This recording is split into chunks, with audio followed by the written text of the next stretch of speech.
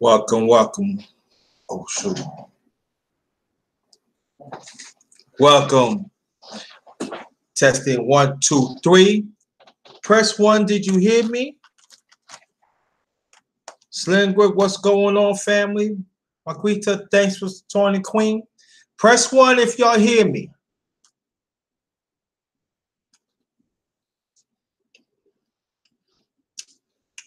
Press 1 if y'all hear me. Okay. Welcome.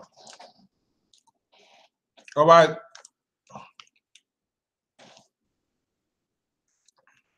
Information man, Sonny Boss Talk. Do y'all hear me?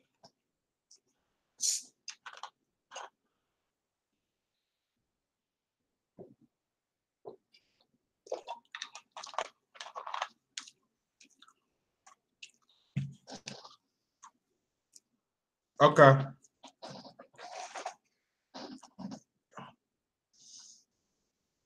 This is my second time doing this. Welcome, Neon Eyes. Welcome, welcome. My doom shotters, you know who you are. Any trolls, get them out of here. Don't play that. My doom shotters.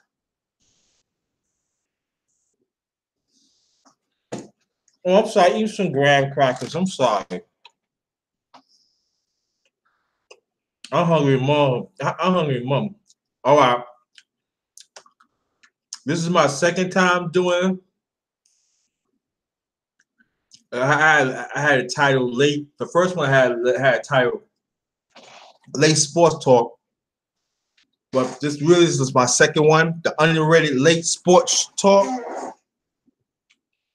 I'm gonna be doing it. I'm not gonna be doing it all the time, but I'm gonna do it sometimes. So,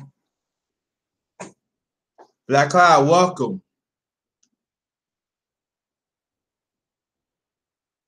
No. I can tell you.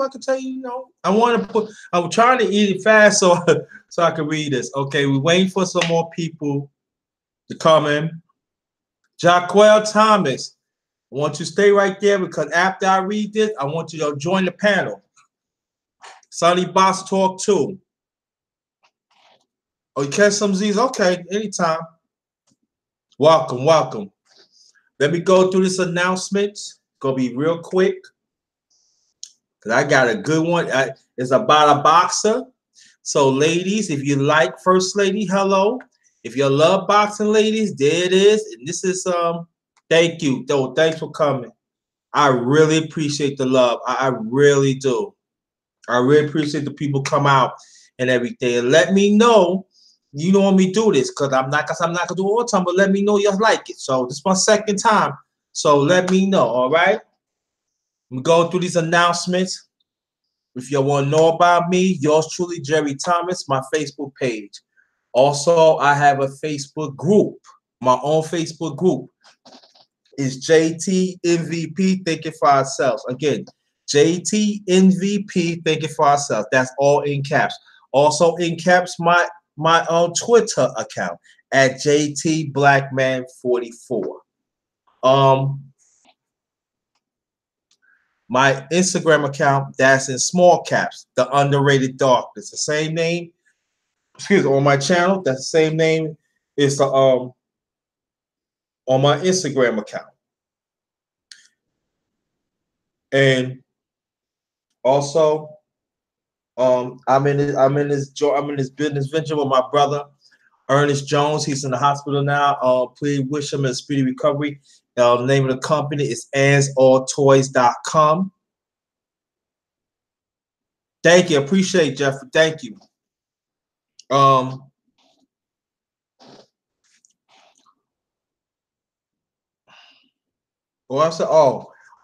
name of the company is black owned, is AnsAllToys.com, AnsAllToys.com, all in one. We got great merchandise. Once you check it out, we throughout social media. Check us out. Whatever you purchase, you get 10% off when I created this code, when I create my own code, MVP, you get 10% off. Support us. Very much appreciated. Also, I did two live streams.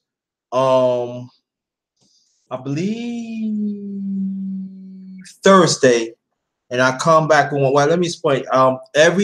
First and foremost, every Sunday I do a live of my cooking, but it's not all about cooking. It's all about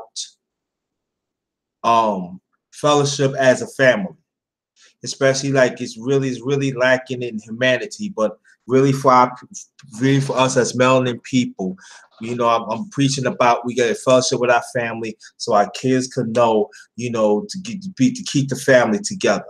All right, all right, and also, so that's every Sunday. I've been doing this for months now, and they're getting bigger ever, and everything. The one that just come to underrated sport, and then also I have an underrated. Also, I have an underrated sports show every Monday, 7 p.m. Eastern time. Again, underrated sports show. I have 7 p.m. Eastern time with my brother and co-host Sheep Stay Sleep TV. Sheep Stay Sleep TV. Subscribe to my brother. Also got excellent information. I want y'all to check him out and everything.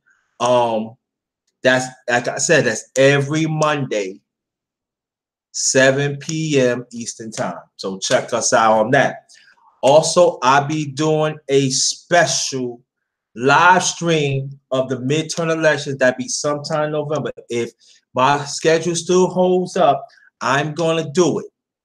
Of our perspective, for us as melanin people around of this USA. So we have to engage. This is now or never. And I'm gonna have different people on the panel. I'm gonna try and make sure. Most likely, I'm gonna be eating dinner while I'm having this. So people engage. Find out what's going on because it's gonna be an all-night thing. I'm trying to stay to the duration of it. All right, family. So, family, if this is the time we're gonna make our mark, this is to make our mark.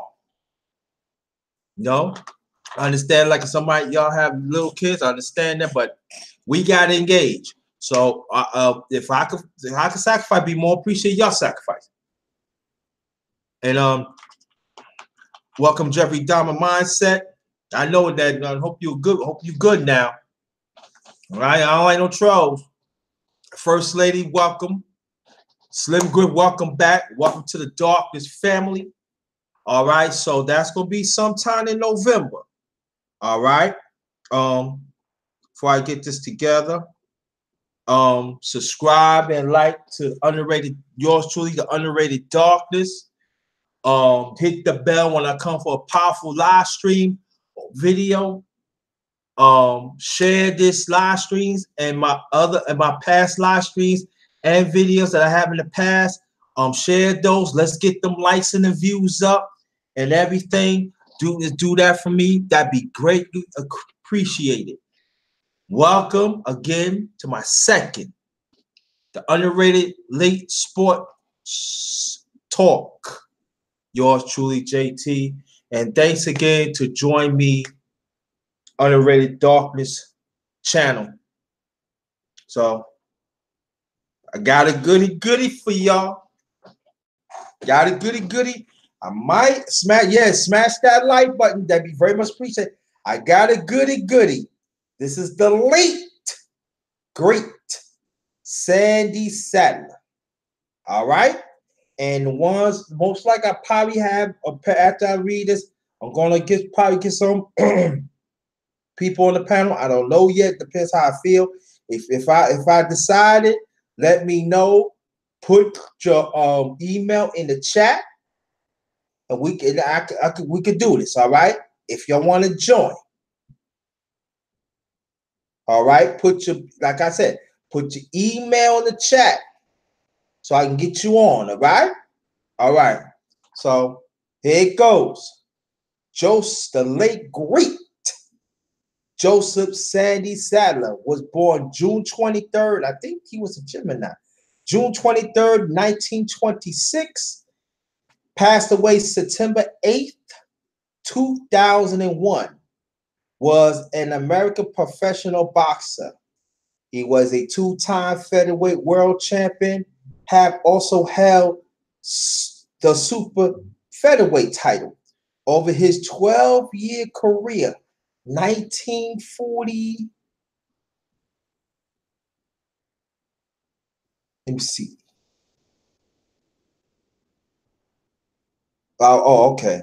Over his 12-year career, 1944 to 1956. I want y'all to listen to this, family, because I'm going to explain this anyway later on. Sandler scored 103 knockouts and was stopped only once himself in his second professional fight by Jock Leslie. In 2003, Sandler was ranked number 5 on the Ring Magazine list of 100 greatest punches of all time. And I have to say, he's one of the greats that people do not want to talk about, and he needs some respect. But here we go. And also, he's the nephew of Grandmaster Flash. Let me say it again. His nephew is Grandmaster Flash, family. Yes, the great Sandy. Sandy Sadler. We gonna read this a little later on. Professional. Sadler, best known of his four bout series with Willie Pep. He's one of the greats. I think Willie Pep fought over 200 times. So that's the one throw at y'all. The two first face-off, October 29th, 1948. Pep was the reigning featherweight champion of the world, and coming into the fight, boasting a record 134-1-1 with 43 knockouts. Sandler captured the title by knocking Pep down 4 times in a round of 4-round knockout victory. That is impressive because at that time, Willie Pett was top in the featherweight, and then at the same time, I think Ring Magazine has him like in the top 3 of all time, best fighters. So need to throw that in there too. This was only the second time that Pett was beaten. Sammy Angelo beat him in 1943, and the first time he was ever stopped in 137 bouts. Pep then recaptured the crown of February 11, 1949, outpointing Sandler over 15 rounds. Sandler regained the crown on September 8, 1950 by a TKO in the 8th round. Pep quit after dislocating his shoulder. The pair fought their last fight on September 26, 1951, one of the dirtiest fights ever fought. Sandler won when the fight was stopped in the 10th round. Sandler fought several notable opponents during his career. He knocked out future light heavyweight champion Joe Brown, as well as lightweight champion Lawrence Salas and Pata DeMarco.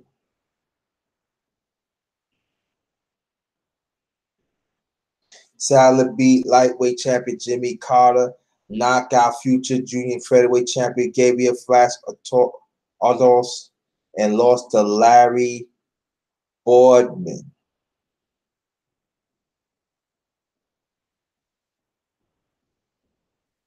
Okay.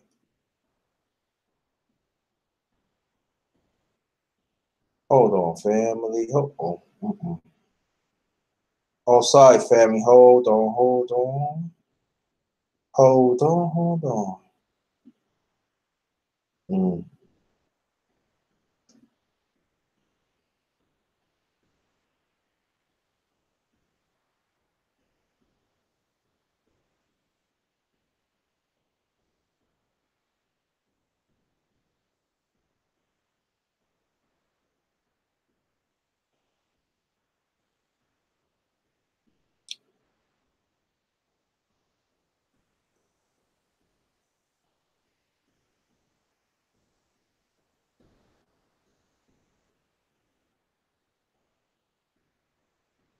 Okay. Okay, Sadler retired from boxing from 19.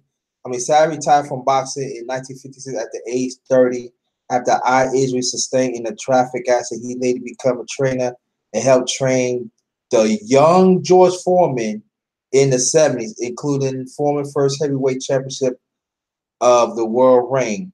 In 2003, he was ranked number 5 of the Ring magazine list of the 100 greatest punchers of all time. In 1990, Sadler was introduced to the prestigious International Boxing Hall of Fame. He is the uncle of Joseph Sadler, better known as Grandmaster Flash. Sadler died in September 18, 2001. Um, they list of references stuff, and I'm gonna go back. Okay, we'll go back. So, like I said, if anybody wants to join the panel, I'm letting you know right now. Most likely, I'm going to have it in a few minutes.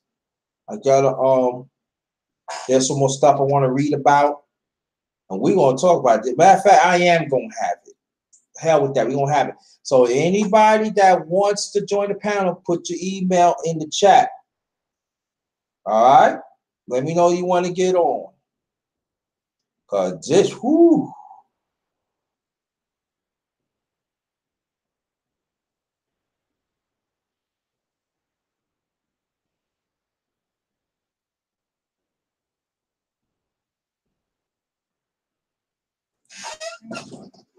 All right, so it goes to show that I think that's all. That's all we got.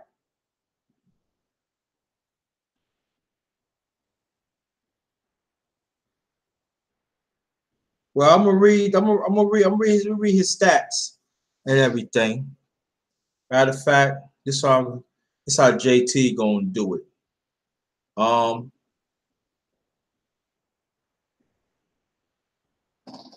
um.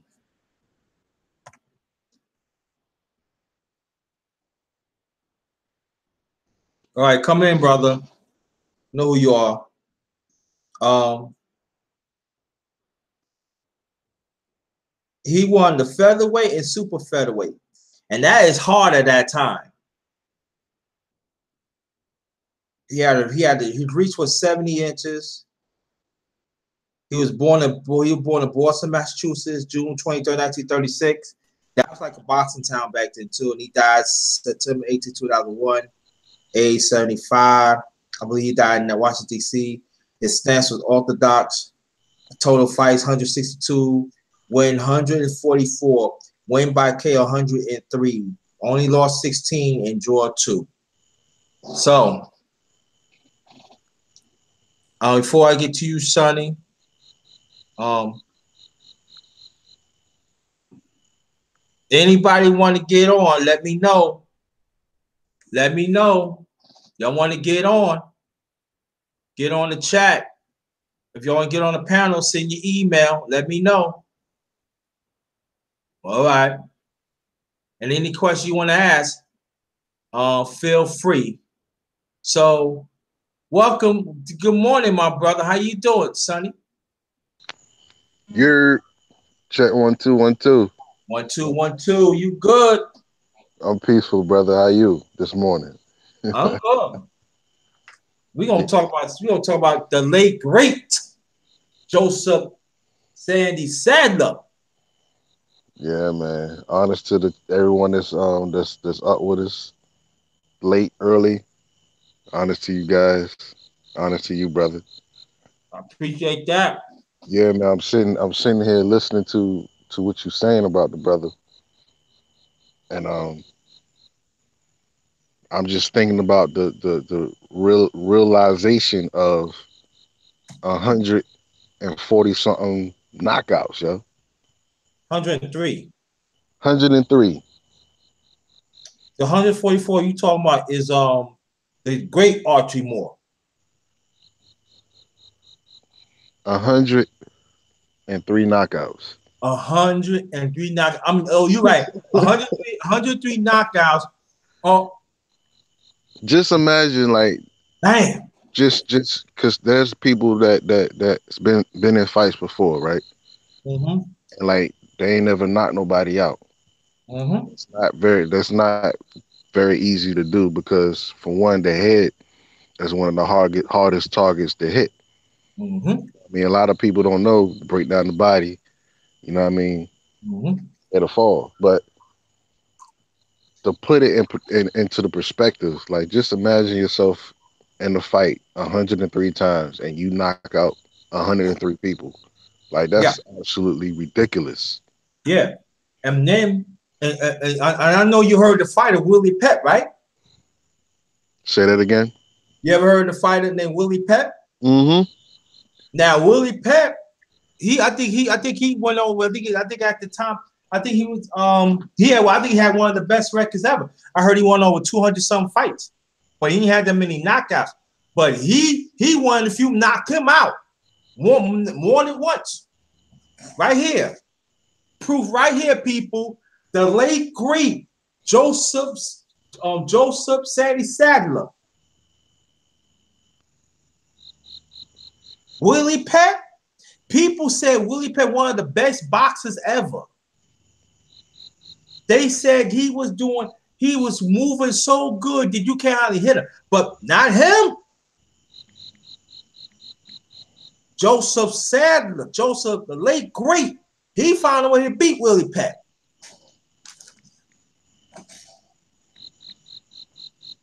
I'm still astonished at this 103 knockouts, yo. Yeah.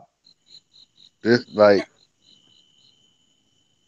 And you think about it. just think of Right. And he only fought only 12 years. now. This was in the 40s, right? 1944 to 1956. So even though it's in the 40s, because you know right now we're living in the age of stronger, faster, stronger athletes. That's just a fact. You know what I mean? But still, even in the 40s, you have people who are trained to fight. Like you're fighting a fighter. You know what I mean? Regular people don't fight every day or don't spar every day. So to get in the ring with a trained fighter and knock out 103 of them, that's just absolutely crazy. Like, what was it? Do you know what was his signature punch? Or I think he had a left. I don't remember, so I can't say. But I know he could punch. 103 knockouts. Look, and he retired in 1950s, only age of 30 of an eye injury. So you think about it. If he wouldn't have his eye injury, ain't what telling how many fights he would have won. right, right. He only won for 12 years. That's retarded. It is, yo. It Yeah, is. think that right thing. And any woman, any woman want to join the panel, let me know. You could drop your email in the chat. Let me copy it down, and then when I finish, you can erase that. And yeah, I can get you on the panel too. I just put it out there. Aaron Collins, if you want to join the panel, let me know. All right, So go ahead, bro. yeah, when you dealing with a fighter with a high knockout ratio like that, even back then in those times, you're looking at someone who's an expert. They're like a knockout expert. You know what I mean? It's not easy to get a knockout. So that even at that time that he was boxing, um that shows his greatness. That means if you're getting in the ring, he knows exactly how to knock you out. You know what I mean? So that's And that's see, unheard of, man. and I remember they showed flashes of him like years ago. He was very underrated a boxer, and it seems like every the he was author he knocks you out. I don't. I'm see. I want people to understand this. We talk about greats, and I'm not saying like, but we never talk about him. He won. All right, I got you, Aaron Collins. Give me some. I'm gonna send to you.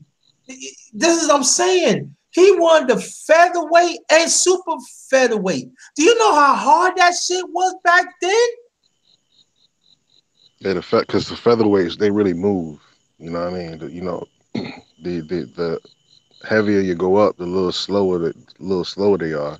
Yeah, and you think about it, if you know he was knocking people out of featherweight and super featherweight, I know he, man, I ain't want to think.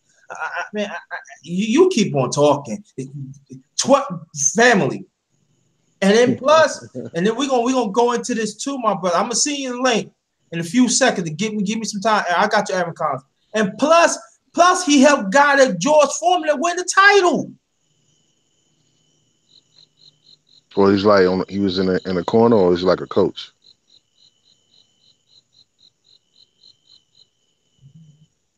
He's a trainer. He said later he became a trainer, so he was in the corner. That says a lot about George Foreman, because at that particular time, George Foreman was known as one of the most vicious punches out there. Yeah. You know what I mean? And I mean, just from that statement, you know what I mean. I'm pretty sure he kind of helped him out as far as you know turning his punches and the torque of his punches. Because that fight when he fought Muhammad Ali, you know what I mean, everybody thought Muhammad Ali was gonna lose. I mean, as far as you know what I mean, his corner. You know what I mean? They telling him don't take the fight and don't talk so much trash and you making things worse on yourself. You know, George Foreman, you know what I mean? He even retired, came back, you know what I mean, and won the championship at an old age. Heavyweight championship at that. Yeah, but So you can see just from what you mentioned, you can see the mark that he left on George Foreman. right, exactly. He don't get the credit deserved. That you know that they consider George Foreman one of the heaviest hitters. So that means him and Sandler got something in common. They're not people out, but I think for me, Sandler was a much more better boxer ringship than Foreman is. Right, because you know Foreman is a heavyweight. You know, what I mean, he was a heavier guy. Right, he was a baller. I'm not But saying that he can cut the ring off, but he was a baller. But Sandler, he was a much more sound boxer. right, so as far as the teaching of, because even at a featherweights, you know, the higher you go up and the higher you go up in weight classes, the harder the punches. You know, what I Mm-hmm. mean? So but the technique is still there. You know what I Mm-hmm. mean? So I can see him in George Foreman's corner, like, yo, turn your body like this, you know, turn your hips, you know, throw it like this. You know what I mean? Whatever natural strength that George Foreman have, I think the technical skill of the knockout artist, you know, just took him to another level. I'm just saying that. Um, So he you're absolutely right. Like, I mean, to be honest, I ain't know about dude. You know what I mean? But I'm telling you, I told you, 103 knockouts, yo. he one of my favorite fighters. Like I told you before, I don't talk about it. I don't say nothing. 103, 103 knockouts in 12 years. Yeah, that's crazy. In that time, he fought like future Hall of Fame. He would beat future Hall of Famers.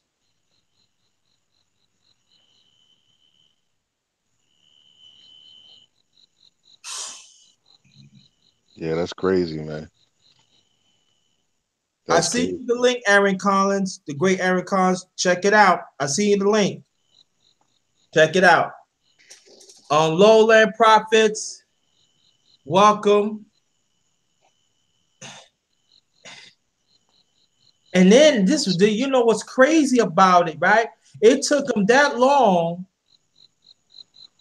to put him in the Hall of Fame 1990. He should have been in the Hall of Fame back in the 60s. Right. How many fights did the brother lose? He only lost 16 in 12 years. I think he got 2 draws. Mm. So you think about who had the most knockouts is Archie Moore. He had to be number 2. Right, right. I would like to see. Is there any information on the quality fighters he was fighting? Not trying to, you know what I mean. I can You read know, something for you. I can read something. Let me go back. I'll search for it. Let's see. because they this is what they're doing to Deontay Wilder right now. They're one of the arguments is, yeah, he got all these knockouts, but he's not fighting anyone. You know what I mean? But you got to understand, you're dealing with a pro boxer. You know what I mean? That has to go like these aren't not regular pros. They got to All go right, up I'm saying, all rankings. right, all right. The first one he fought Willie Pep, and they consider Willie Pep one of the greatest boxers ever. Mm, He beat him twice. They fought 2 times, I think. They fought together 4 times. He won out of that. He knocked him out twice, hmm and he regained the title. Okay. Let me go back. Let me go professional. I got your professional career. Let's see. All right. Best known for he known as his 4-bout series with Willie Pep. Um, at that time he had 134, but I think Willie Pep won over 200. I think he had over 200 fights. I think he won or he won 2 or something like that. Um, he beat Samuel Ogat, beat him in 1943. That's the first time he got stopped in 137 bouts. Welcome information, man. Yes, he fought he knocked out future lightweight champion Joe Brown, well as lightweight champion Laura Salas, Patty DeMarco. Sadler beat lightweight champion Jimmy Carter. And the names that I mentioned, Joe Brown, Jimmy Carter is like in the blue. Then he knocked out future junior lightweight champion Gabriel Flasadora. And I think he's a Hall of Famer, and lost to Larry Borden. Okay. Sadler retired in 1956 by age 30 of injury. And I feel it, if he would not have had that, it was so telling. If he fought like another 10, 11 years, he would have mad knockout. Then he's the uncle of the great Grandmaster Flash. Now people say who Grandmaster Flash? They one of the one of the groups that started hip hop. I'm talking about the groundbreaking of hip hop. So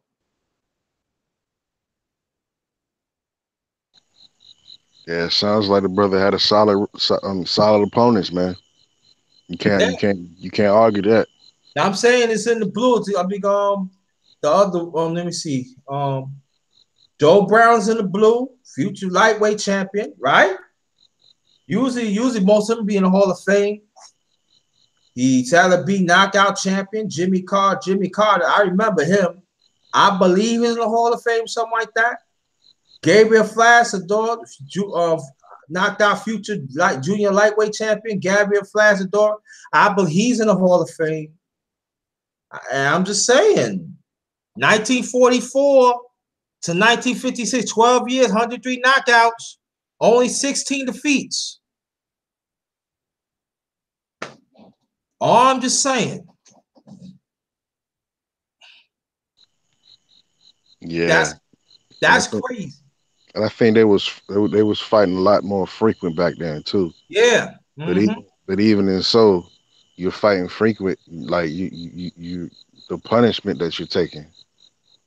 Mm-hmm. You know what I mean? So if you fight 2 times in a month, you know what I mean? That's not an easy thing to do. Mm-hmm. Let's see. So he is a certified knockout artist, man. It's rare to have a knockout ratio of that magnitude. 103 knockouts, man. Can't get And over just think about that, cause some of us ain't never seen a knockout before. it. Ah. I mean, like personally, like knock somebody out. So just imagine. Aaron Collins, what? Aaron Collins, look out for your look out for the link.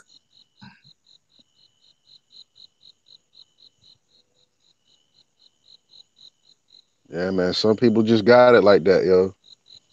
Oh God. You know what I mean? He that's you're right. He's not mentioned. He's not mentioned. He's not mentioned. You hear any boxing tie, you hear any boxing talk. I'm not knocking him. Nobody never talk about Sadler. And plus, he won the featherweight, a super featherweight. Do you know how hard that was at that time? Right. Conditions back then was deplorable. So that means he was knocking people out of super featherweight and go to featherweight, knock people out. And the purses back then wasn't all that great. Yeah, so they you know what I mean they fighting for their lives with it. You know what Right, I that's mean? what I'm saying. So you picture if he would have fought, if he would not have that eye injury, right? Hmm. If you would have put him like in the 50s, going to 60s, do you know how many damn wins he would have had? Indeed. He would have a longer career, and then he could have. I ain't want to talk, man. I don't want to talk, man. Hey, the brother says send the link again. I don't want to talk, man. You go and speak, man, because this is retarded. This is sick. This is. Yeah, the brother says send the link again. Yeah, I'm gonna do it right now. Yeah, Here that it is, is. Here it is, Aaron Collins. I'm sending it now. Anybody else want to join the panel? Let me know. and that also goes to show the conditions of the people back then too, man, because that's another reason why they fought so much. Like nowadays, you know, what I mean, you lucky if you we have fighters that'll fight 3 times a year, but that's because boxing is so big now. It's Mhm, a lot to go into it. It's mhm. the boxers are making a lot more money, but Yeah. for them, that was their job. Right.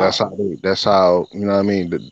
Off of one fight, it was only enough for a little bit, so they got to fight more frequently. Right. You know what I mean? So for him to be as successful as he was, that's you know what I mean. That's a landmark to knock out 103 people. Just think about that number for a second. Like some people that you know what I mean go to church. Some churches don't even have that many people inside the church. You know what I Right. mean? Right. And understand this, brother. Look at Archie Moore record. Got one of the best records ever, right? Right. It took him over 25 something years to get 144 knockout. That's still impressive. Understand that part. Indeed. Sandler did that in 12 years. If he would not, like I said, if he wouldn't have that eye injury, how many knockouts and ones he would have? Facts.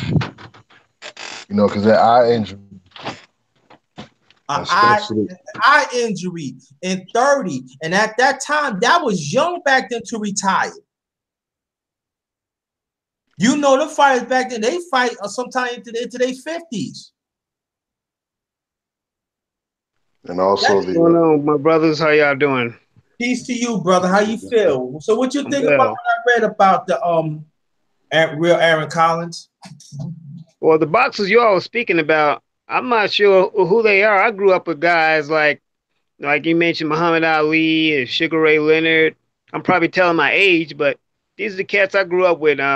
Ali, Ray Leonard, Tommy Hearns, Larry Holmes, Marvelous Marvin Hagler. I know I done went way old school. Yeah. Now I didn't grow up with them either, but I used to see I used to see like fighters. I used to see stuff like that. I see, and I that this he's one of my favorite fighters. Yeah. He don't get the credit deserved. I'm saying like Aaron Collins. Let's keep it this in perspective. He fought 12 years, right? He won over 144 bouts, 144, only 16 defeats, 2 draws. He had 103 knockouts in 12 years. And which boxer is this? Joseph Sandy Sadler. I'm not even familiar. I'm not familiar with him. Yeah, you need to look him up. You need to read up on him. All right. But think about 103 knockouts in 12 years. Damn. Yeah, that brother sound like 12 years out that right. And I don't understand. And people, the one listen here, information man, if you want to join, let me know. Understand this too. Of that time, the way how they treat us as a people, even black fighters, he had to overcome that. Yeah, I think I've heard about the plight of black fighters. They couldn't even stay in the same hotels as white fighters. They had to like dress up in gas station bathrooms and all that stuff. And you got to think right, and that we got to talk about too. And Sonny, I want you to get into that too, and understand this. At that time, the mob was controlling boxing too. Oh yeah, definitely. The Italian mob definitely had a toehold. That's when, at that time when he was fighting. That's when they stopped building casinos, and they was like controlling. They was controlling the purses. Like Sonny Liston, the mob for him the money. I want to say Jack Johnson, but I think that was probably a little bit after Jack. Because on the mob, I don't think was even Jack. then. But Jack is way he began of 20th century. Yeah. So yeah, Sonny Liston, yeah, that sounds about right with him. The mob actually, I think they like pay him to throw a fight or something. Yeah, that was the talk. When I told it, that was a rumor. Because I think back then the great white hope back then was what Marciano or somebody. Yeah. Yeah, he was like the Italian. I think Rocky was based on him. He was the hero of the Italians. Oh man, Nah, Rocky was based off of another fighter. Actually, I don't remember the dude's name, but he actually fought Muhammad Ali. He was a white guy. Yeah, Caucasian, or half Italian or something. But he did fight Muhammad Ali, and I believe Rocky was based off of that dude. I had to matter of fact, let me try to look that up right quick, just for clarification's sake.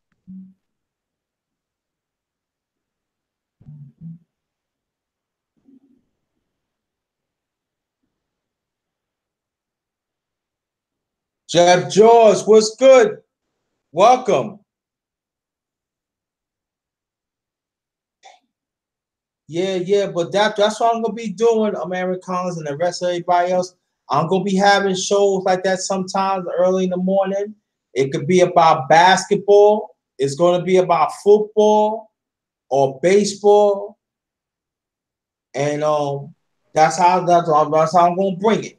Hey, Doctor, this don't take this as a crazy question, but do you cover I know what you probably might say, but do you cover anything from like say WWE? I could do that too. I'm gonna do that too. Oh, okay. No, I mean, because some people be like, "Oh man, that shit fake," and I'm like, "Whatever, man." No. We're gonna talk about that too. The doctors know some wrestling too. Oh, all right. I know a little something. I don't let people know. I, But I, yeah, I we can talk about that. I'm talking that too. I'm talking about everything. All right. Welcome, Queen and that B. Thanks for coming. You know what I'm saying? Welcome, Jeff George, for the LDBC.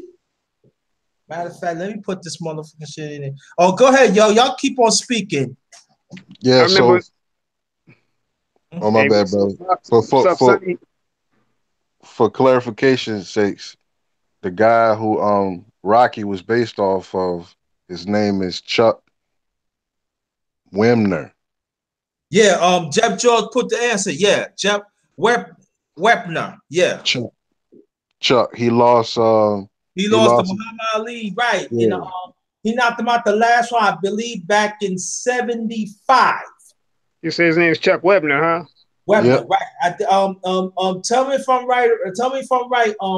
Sonny, I know did Muhammad Ali knock him out because Chuck Webner never was stopped, and I believe Muhammad Ali knocked him out in '75 or '76.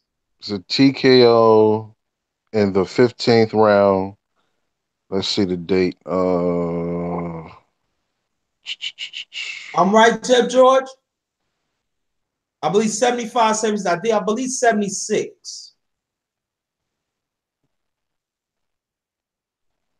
Yeah, it's March. not showing me the date right offhand, but it was a TKO in the fifth round. Oh, fifth round. Fifth round TKO. Okay. And what year? Was it 70? Oh, 75, right? Judge George got it. If I don't know, it was 75, 76. And I know, right? I got the round wrong, but I know George Chuck Webber was not. He would nobody didn't stop him except Muhammad Ali. But I thought it was the 15th round. Yeah, he got TKO'd in the 15th round. Oh, 15th round. Okay. So I was right? Yep. Okay. It was 75. Okay. Because I remember that fight came on ABC Sports. Now at that time, family, ABC Sports had the contract to show professional fights. And you know, ABC Sports and all like that. Matter of fact, they had that contract for a long time. That's what Howard. That's what Howard Cosell ruled ABC Sports because he was in everything. The great Howard Cosell. Do you know Howard Cosell was born in Brooklyn, brother? Brooklyn, New York, y'all. No, I didn't know that, but he definitely got that accent. Yeah, he born in Brooklyn, New York, and he went to the same high school I went to. Oh wow. Yeah, that was Al all. Cosell is probably the most imitated announcer to think of. Yeah, This is Howard Cosell coming to you live from. Yeah, he just had that voice. and but you know a lot of people don't understand how Cosell know his sports. Yeah, he did. He know every sport. Break it down. They told him, oh, he couldn't put in. He broke down basketball. He broke down for what he didn't have really the basketball that much, but he broke down every sport, and he was one of the few sports announcer was on Muhammad Ali's side. I say Howard Cosell is probably the Walter Cronkite of sports. But I think he should have brought the Cronkite some stuff too. But yeah, you can say that. But I feel that no, there will never be another Ali Cosell dub. Never. No, I agree on that, Jeff George. Never. But see, I'm gonna explain what importance it was of Howard Cosell and Muhammad Ali because Howard Cosell was a Jew, and at that time, the Jews, at the time, some of them liked us, some of them was, but Ali identified with Cosell because of their upbringing. I want people to understand this. See, Brooklyn at that time, when Howard Cosell was born, it was ghetto everywhere. Only time it would start really shrinking when the legislation started to change.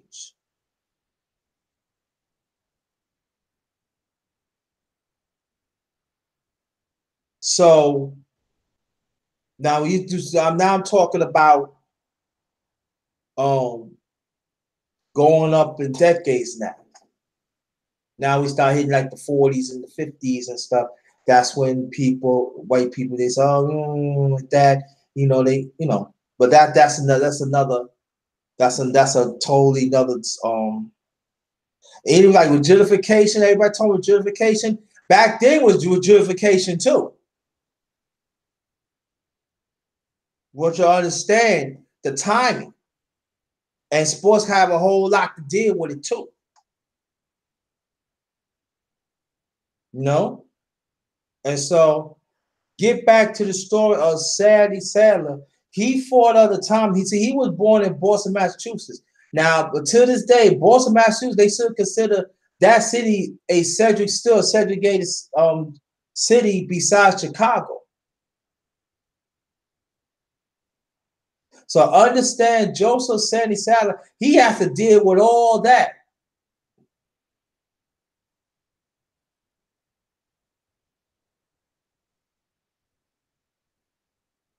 So people, I want you to understand the man how he was, the man he is, he became to be, and the times that he had to overdo as a black man, just living. I'm not talking about sports. I'm not talking sports. I'm talking about as a human being. And real Aaron Collins and Sonny, I want you to chime into that after I finish. I want you to understand of that time because that was about the same time as when he start fighting, right? I want you to understand at that time. During this time, Joe Louis was in the army.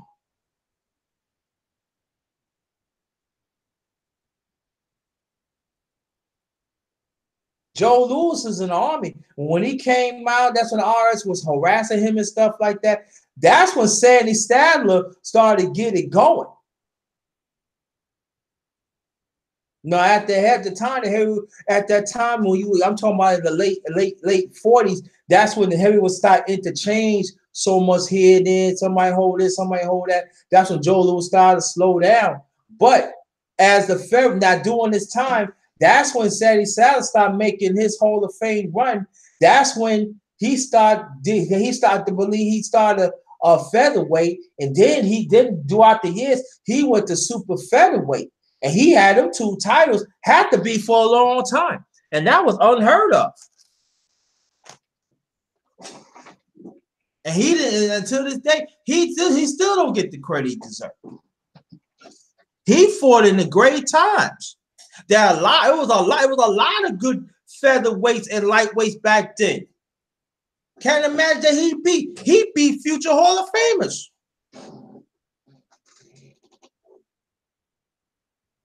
But like I said, an eye injury has stopped him.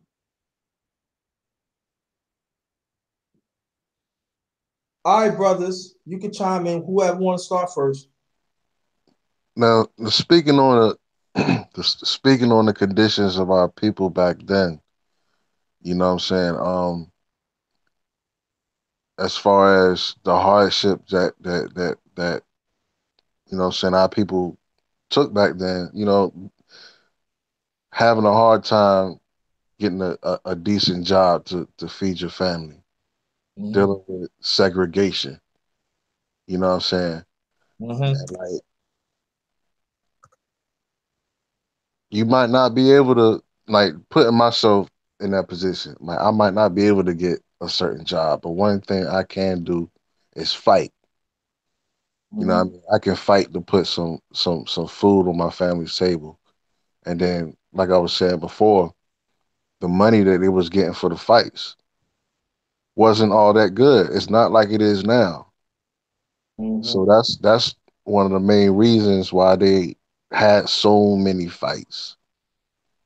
And now, not only do you have to fight a lot in order to continue to make some good money, you got to fight and win. So just imagine the amount of pressure you're faced with, you know what I mean, as far as the struggles that you're having racially, struggles to get a job. You know what I mean? Now you got to go in this ring and knock this other guy out who's trying to knock you out. He's a boxer too. He trains in the ring just like you do. So like you knock one out, you still got it's not good enough like boxers now. They can knock somebody out and they can take 2 years off. You know what I mean? They can take some real good time off because they're making some good money. But like back then it wasn't like that. So they might have had a fight 2 or 3 times within a month. Yup. You know what I mean? So like that's a fight. You take a punishment. Like it takes some time for the body to heal. So to have that many fights, it says a lot for the character of the person, but it also says a lot as far as, you know, the knockout ratio that the brother had. You know what I mean? Because you could he could have easily had all them fights and lost every single one of them. Yeah, but yeah, I ain't mean keep on hopping on it. 103 knockouts in 12 years? Yeah. That means, well, how many? I mean, what ratio would that mean? Each month he must knock out at least about 25. I mean, each year. He must be best to be on a winning streak of knockouts or something. 103.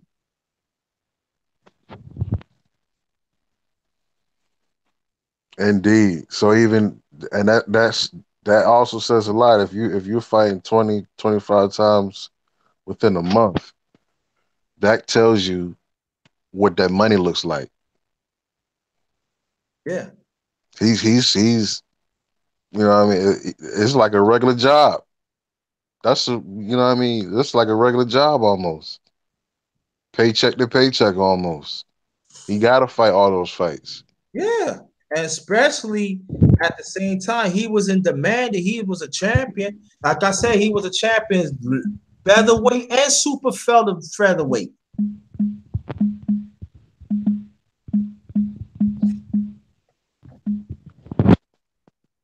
And that in itself is you know what I mean, that's a great feat too. You know what I mean? Because that's you know that's a different weight class. So he you know what I mean he challenged himself when you know what I mean. Yeah. Salute the antagonizer. Peace and happiness to all the living organisms. Yes. Peace, Welcome. peace. Peace to you. All right, Aaron Collins. Now, let me see. I'm gonna make it seem like I know what I'm talking about. You talking about Joe Louis? That's not no. Oh, you want the fighter's name? Yeah. Joseph Sandy Sadler. So I definitely have to do some research on this guy. But I'm gonna try to do the best I can. Speaking of him, so you said that he came up, he served in the military. No. I was talking about Joe Louis. I'm talking about the time that Sadie Sadler was fighting. When he first started, that's when Joe Louis was in the army. Okay, that's when he first started. Okay, it is when did give me a like a time frame when Sadler. Yeah. Oh, he only have a 12-year career, 1944 to 1956. Oh yeah, okay. Well, let's see. I think fighting back then took on a whole different meaning. Like they were not only just fighting figuratively, I mean literally in the ring, but they were also fighting figuratively, you know, for civil rights, for to be treated as a man back then. And so boxing, you could say that took on just two different type of levels right there. I mean, that was like something altogether different for them. They had to literally fight for their lives. You know what I mean? Yeah, so yeah. And they go to show that but I think the one thing that disappointed me, and Sonny, I want you to chime into this too. Oh, what's up, Houdini sometimes? What's good? Thanks for coming.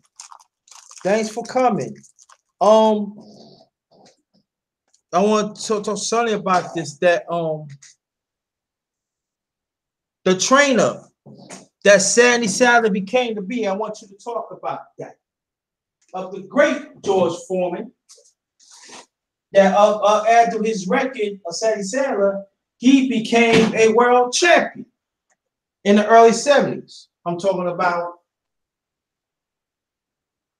George Foreman, and why it's so important that we need to recognize as Sandy Sadler a championship trainer. See, when you look at this, when you look at the brother, he has 103 knockouts. He is a knockout artist, which means even though it's back in the 40s, I'm not, you know what I mean? He knows how to knock you out. Mm-hmm. Just imagine like you get 10 knockouts. Then you begin to understand, okay,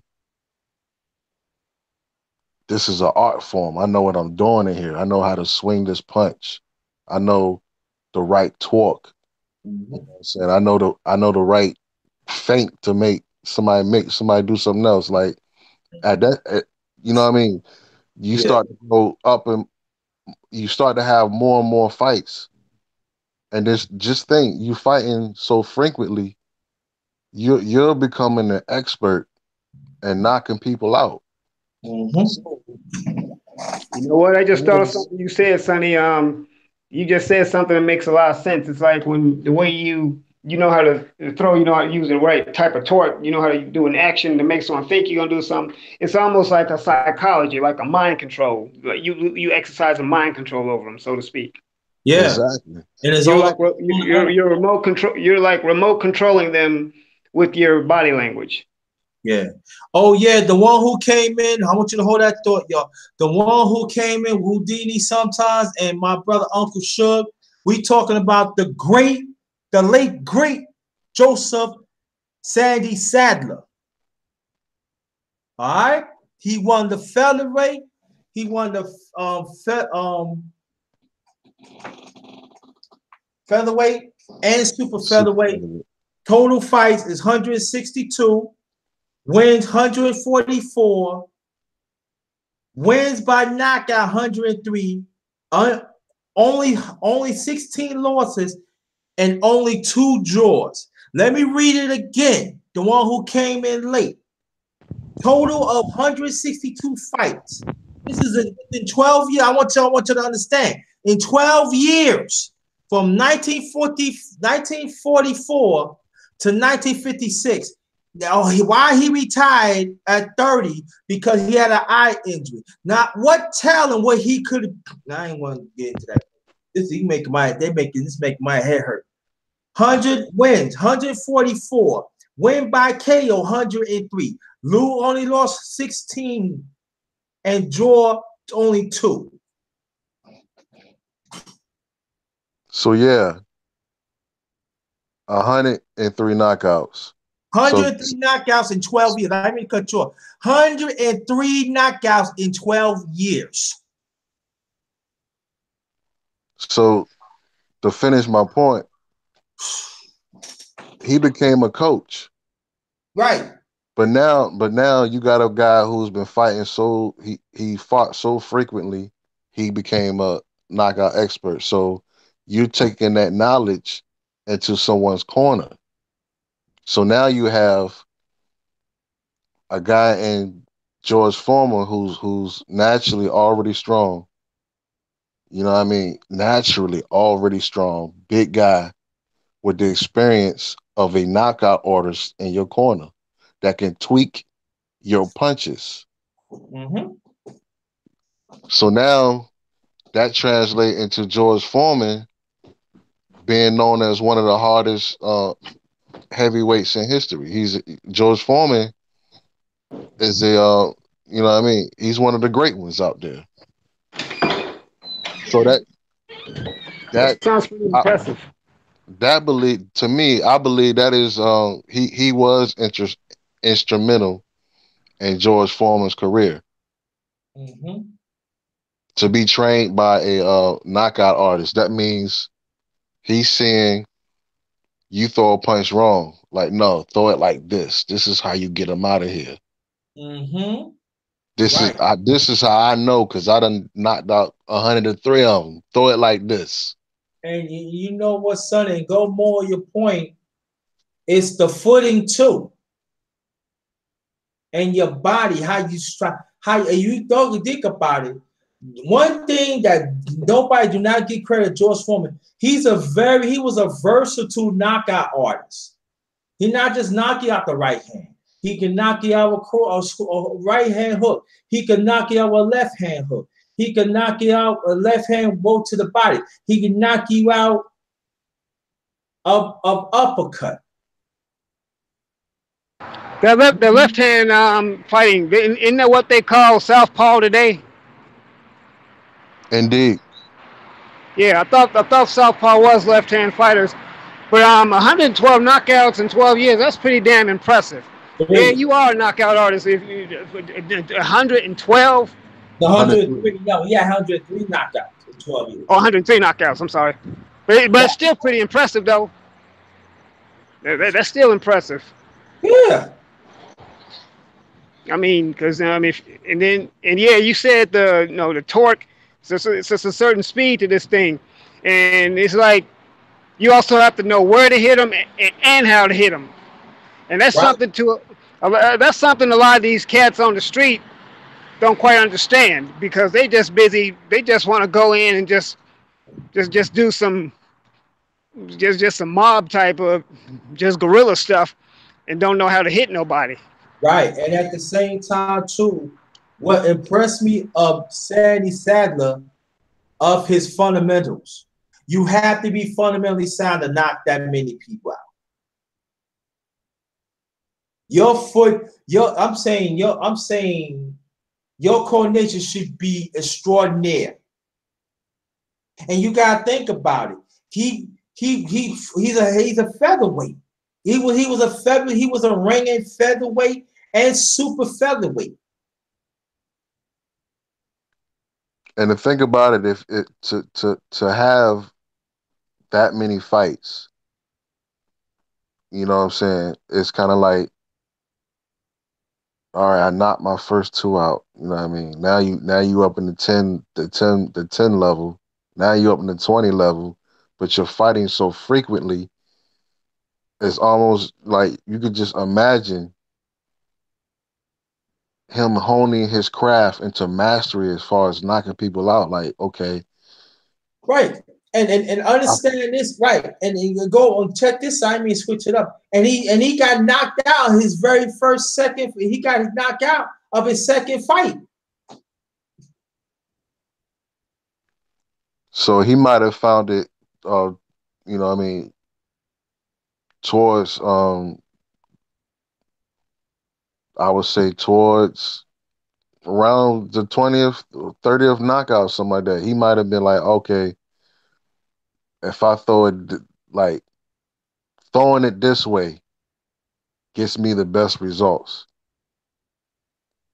You know what I mean? Because like fighting that frequently, you know how like a lot of boxers nowadays they have a layoff for like a long time. When they come back to the ring, they talk about ring rust. Yeah. Imagine if they're fighting more nowadays. Like their craft is going to be so much better. Their technique is going to be so much better because like the mistake you just made a mistake. If you're fighting 20 something times in a month, the mistake you made in one fight to the next, like it's like, oh, this I made is easier to correct because like is you're right there with it. Mm-hmm. So it's kind of like, there is no ring rust. You're just getting sharper and sharper and sharper. And I can see he brought all that wisdom to George Foreman. Yeah. And to speak on George Foreman's power, Muhammad Ali, he won that fight, but Muhammad Ali was never the same after that fight. No, it Never, wasn't. never the same after that fight. Mm-hmm.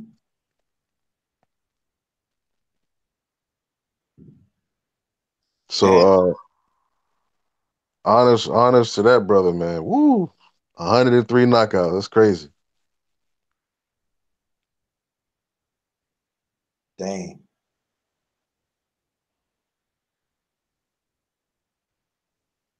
It's crazy. And I'm just impressed of that. And I'm gonna tell you, knockout 103. Your IQ should be his IQ is fucking retarded. It's sick. Should be an expert in hand-eye coordination too. With that, Oh God. Yeah, I, I'm just saying that we need to put some damn respect on saying Sandler. In the Ring magazine, he's in the top 5. And we don't talk about him. Of all, they say of all times. Of all time, of Ring magazine, he's in the I top 5. agree. I agree with that. I think he's in the top. A punch. No, no. I think he's in the top 5 of all fighters.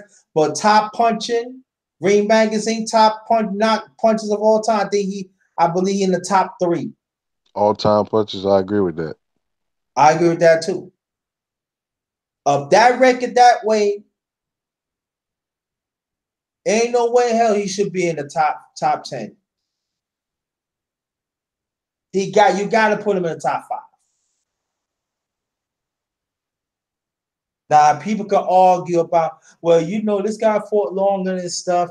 No, I would say like this: ring featherweight, and super featherweight. 103 knockouts in 10 years. He only lost 16 and only draws 2. Now, if he would not win no champion, okay, that could be debatable. But he did it two different weight classes too, and that was hard. And what really happened with his the fights that he did lose? You know what I mean? Because when you look at boxing back then, for the longest time, you know what I mean, we was talking about the mob. He could have been forced to lose those fights, some of Yeah, those fights, that's true too. possibly. We'll never really know, Mm-hmm. but I find it hard to believe if he has 103 knockouts, like the whoever beat him, you know what I mean, had to be really had to really be a beast. Mm-hmm. But you know what I think? I could be wrong. I think those 16, I think that happened like throughout early in his career. What did they say the age when you reach your prime? That's like 24, 30, 25, right? 30. 30? Well, he hurt his eye. I think he reached his prime before then.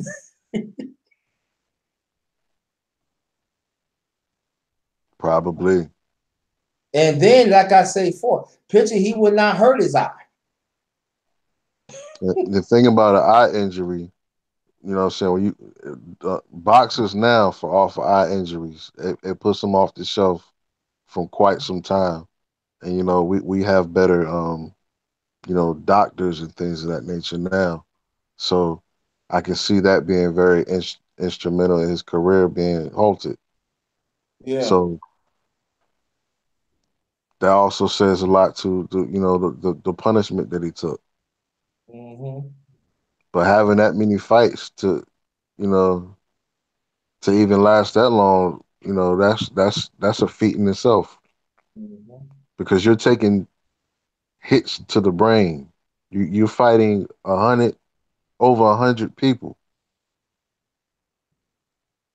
You know what I mean? Getting your brain just hit. They're right. And at that time, they fight like 15 rounds. It And wasn't no then 12. And then picture this. And let's go back from that time. Let's go about 40, 50 years before that. They was fighting like 20, 30 rounds. Yeah, boxing seemed like it was little bit more exciting back then too. Even into the '70s, when I was growing up, stuff was a lot more exciting. Nowadays, it's like it's over in like 1 minute or something. Nowadays, it's the excitement is gone. The intensity is gone.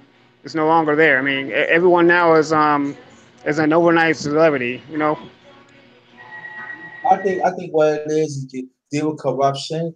You gotta talk about the politics behind it. And that during the times, what we talk about years ago, it was rivalries. Like Willie Pett and Sadler. That was a rivalry. And at the time, boxing had rivalries. So when they had rivalries, they had like rivalries that they fought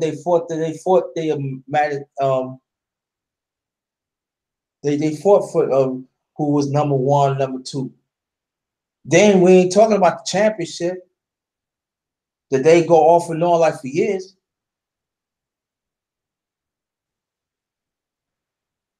No, and they don't mind to challenge you. So of that, man, I don't know. I just like, mm-hmm, I wish we would have a little bit more fights now, man. You know mm-hmm, what I mean? Because right now in the boxing world, we're kind of sitting around waiting for the fights that we want. I wish a lot of these prima donna boxers now will fight a little bit more than one time and two times a year. mm-hmm, I mean, it could be done. mm-hmm, mm-hmm. It can be done. You know what I mean? They want to cherry pick. They don't want to fight the great fighters, the best fighters, but the people who laid the people who paved the way for you to fight, fighting 100 and something times, yo. And you I'm speaking about Anthony Joshua right now. Like you can't fight one fight, one hard fighter. Oh, did you heard about the father was talking about the son? I'm talking about the Hearns. Nah, I missed that. What would he say? The father spilled out the beans. Ooh, what did he say, yo? Well, all I could say this, I don't want to get it wrong. Anybody Houdini sometime, won't you help me out on this one? Because I think I forgot caught a little bit. What did the father say? Now I'm going to say right now, now the one thing I'm talking about, Anthony Joshua, right? His there's a father son. Those are his business executives. Those are ones that really milking him. And the father finally come out and say that his son, they never want AJ to fight. If anybody want to go back to Ticket TV, you will hear about it, or you will hear it on the Trilly. If y'all want to know more, go to tomorrow. Yesterday in the morning is the Trilly. Is Black Fight Fan TV 7 8 Sports. Is the Trilly talk. Y'all can check that out. They said something about that. But the Hearns, they caught. And you know what, man? I'm gonna check that out. You know what I mean? If that's in fact what he said, thank you, yo. Because y'all done tried to smear this man name in the mud so hard. We already knew the fact. You know what I'm saying? So now, if that's in fact true, everybody can just stop putting the blame on Deontay Wilder and put some respect on that man name, yo. It don't make no sense that our champion is fighting so hard to give us what we want to see. The best fight the best. You know what I mean? And you try to act like you want to fight him. You attempt to smear his name through the mud. Thank you. If he came out and exposed them like that, thank you. You know what I mean? Because boxing needs that. Be truthful about it. Like, and don't smear. Yeah, if you really want to find out, you can go to the Kali Igma boxing talk. Go to his channel. I think I said it wrong. Also, Ticket TV talked about it. Mm-hmm. With Black Fat Fine TV. I want y'all to check it out. The Trilly Talk. It comes on Black Fight Fan TV and 7-8 Sports. They host it. I believe that's like sometimes they have a 9 p.m. Eastern time or 10 o'clock p.m. I mean AM. I mean 10 o'clock AM. 9 o'clock AM or 10 o'clock AM. I'm sorry. So if you want to know more about boxing, part of LDBC. Me and Sonny part of LDBC. Sonny sometimes part of LDBC. So these brothers and sisters are doing great work in our community. They're not just talking about boxing, they're talking about everyday life. And they all about, uplift us as a people. And even like we have the people and other nationalities is to be part of it too. So it's all about uplift humanity. That's what the LDBC is all about. So once y'all check that out, God damn. But I think, but you know what really got me angry up? If they took too long to put Sonny or put Sandler in the Hall of Fame.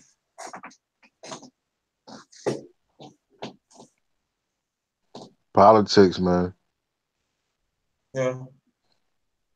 Politics. I think we need to. I think they need to do a better job as far as the Hall of Fame, also in boxing.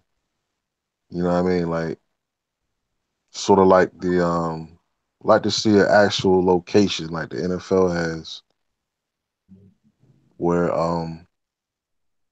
that's some sort of statue, and then like you can read about particular fighters, read about their lives, a little bio or whatever. You know what I'm saying? I think that'll be really good for the whole boxing.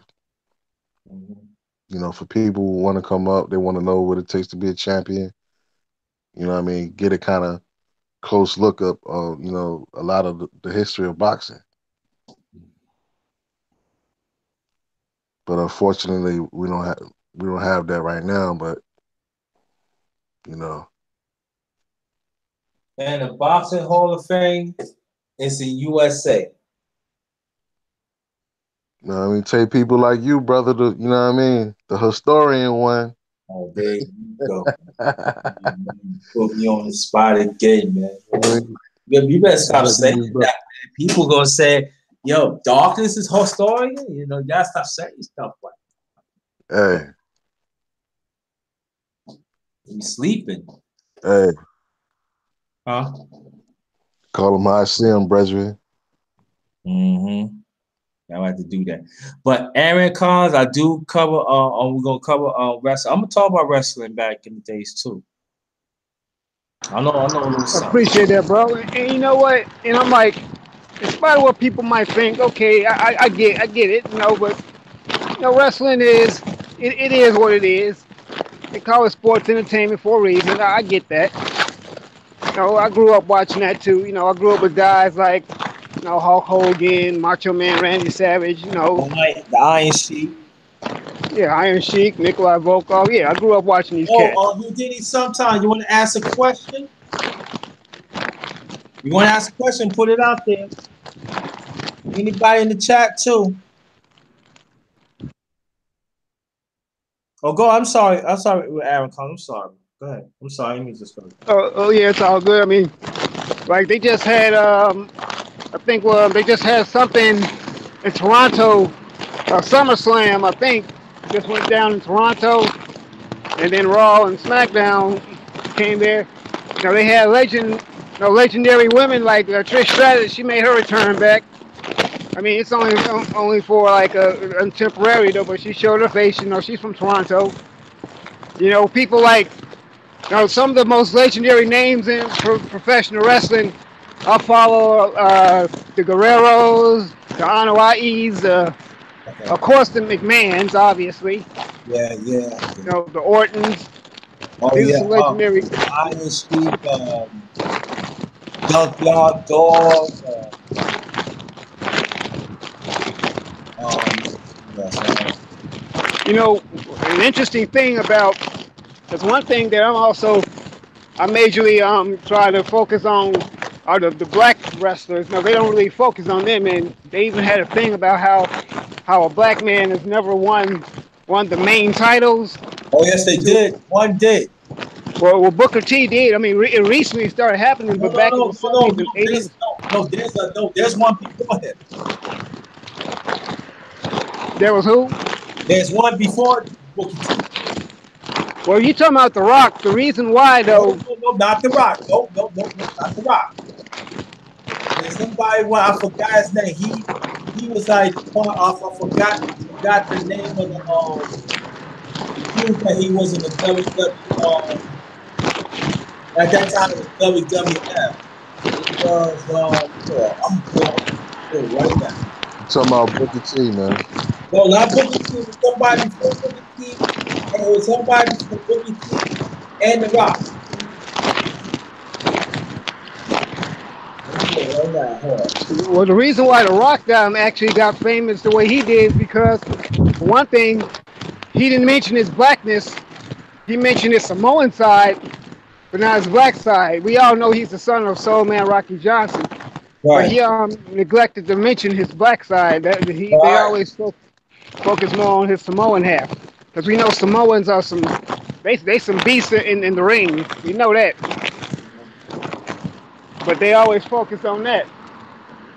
But Rocky Johnson and Tony Atlas, they were the first black tag team. They were the first black tag team champions, and they won the belts, ironically, from the Rock's uncles, the Wild Samoans.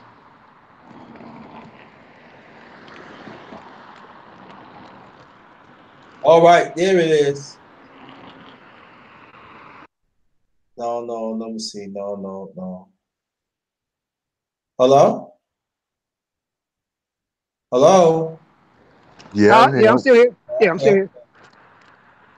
I'm waiting to hear this one. Let's see. It was a 92. Ron Simmons is Farouk Ron Simmons became the first ever black world champion when he beat Vader for the WCW world title. It wasn't WCW, it was WCW. Pardon me, it wasn't WWF.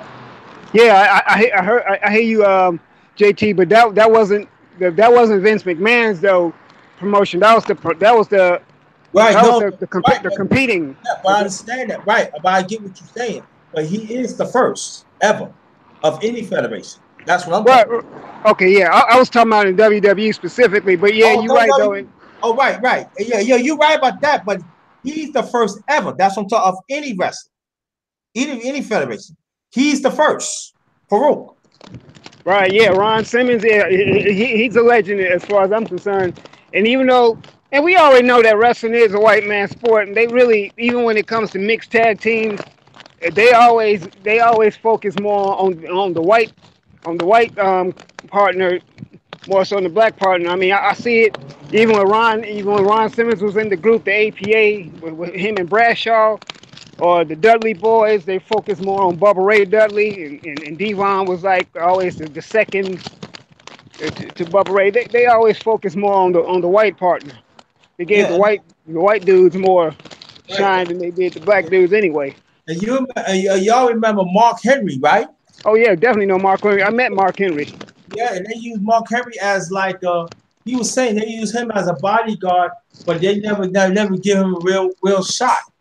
Even Yeah, Kobe, where you got Coco Beware won, but it was like you know, Well, it and was. if you notice with black wrestlers, they always put them in these buck dancing buffoon type of roles too. Like look at the New Day, they always gave them like little silly dancing Yeah. roles and stuff like that. Whereas they got the white dudes as menacing. Like okay, take for example, Mark Henry. He used to have this role as sexual chocolate. Then he became the world's strongest man. And then you had the dude who used to be the bodyguard for Snoop Dogg, and Brodus Clay. They when he started, he was menacing in the ring. He was known as the fall. His nickname was the Fall of Man. Then they gave him this goofy role as the Funkasaurus, dancing around and all that stuff. And look at Vincent. He was a coon for dead Ted DiBiase. Yep, he You sure know, was. he was for years. Mm-hmm. For years he was so. I'm gonna trust me. I'm gonna do. Yeah, like I told you, I know a little something now. Okay, yeah, Virgil, yeah. I'm glad you covered that too, because some cats don't like, talk about wrestling. You know, people like say, oh, that shit fake, that ain't real. Okay, Well, we gonna talk. We're gonna dig into that. I'm definitely gonna dig into that because we're gonna talk about the politics, and then wrestling and stuff. I would like for you to come back, so we can talk about stuff like that. You know how it was different then and even now because back then it was what I like about wrestling back then, it was rivalries then too. It wasn't see a lot of people don't understand like a sports back then. It was on regular TV. yeah, It wasn't with and then you it's always was championship. It was only championship. And then people was fighting, even that night, people was fighting for the number one spot. And then sometimes they wait for a few hours to fight for the championship. But it was a rivalry for years. You know what I'm saying? In wrestling. yep. And then they back then they even had it was more engaging too. They had real, like you said, real rivalries and real action. Like take for example, they had a period in WWE that's famously known as the Attitude Era. And man, the Attitude Era has some of the best shows I can think of. Yeah. Come on, You had, picture you get hit. You get into it, Sonny, if you want. Yeah, I want you to jump into it too.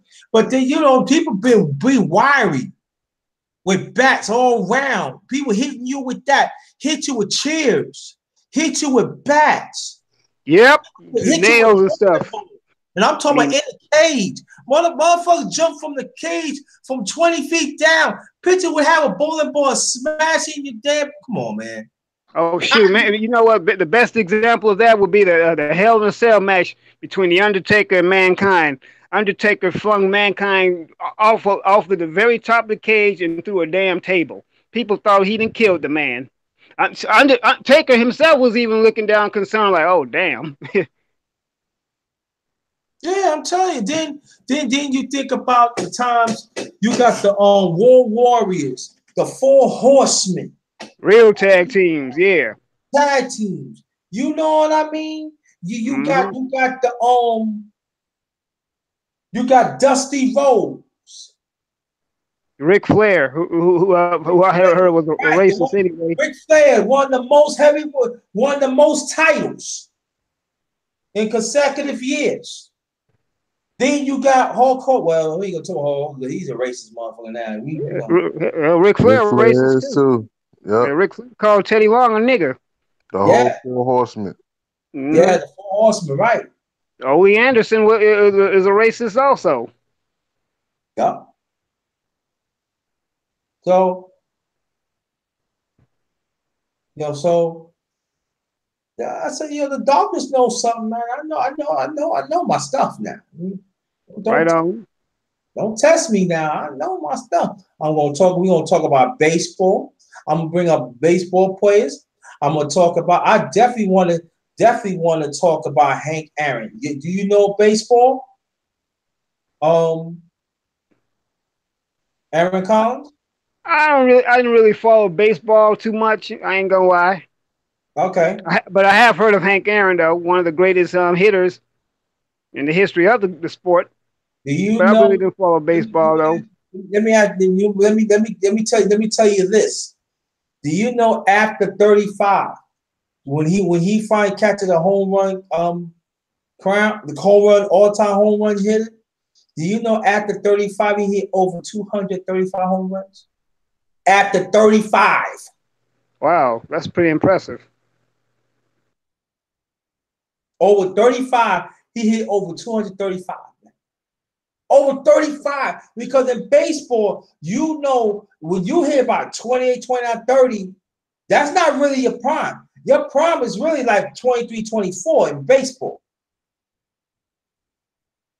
But I still say that he don't get the credit of other things he could do because he could run the ball down. He was nothing flashy, but I think that he don't get credit he deserves either.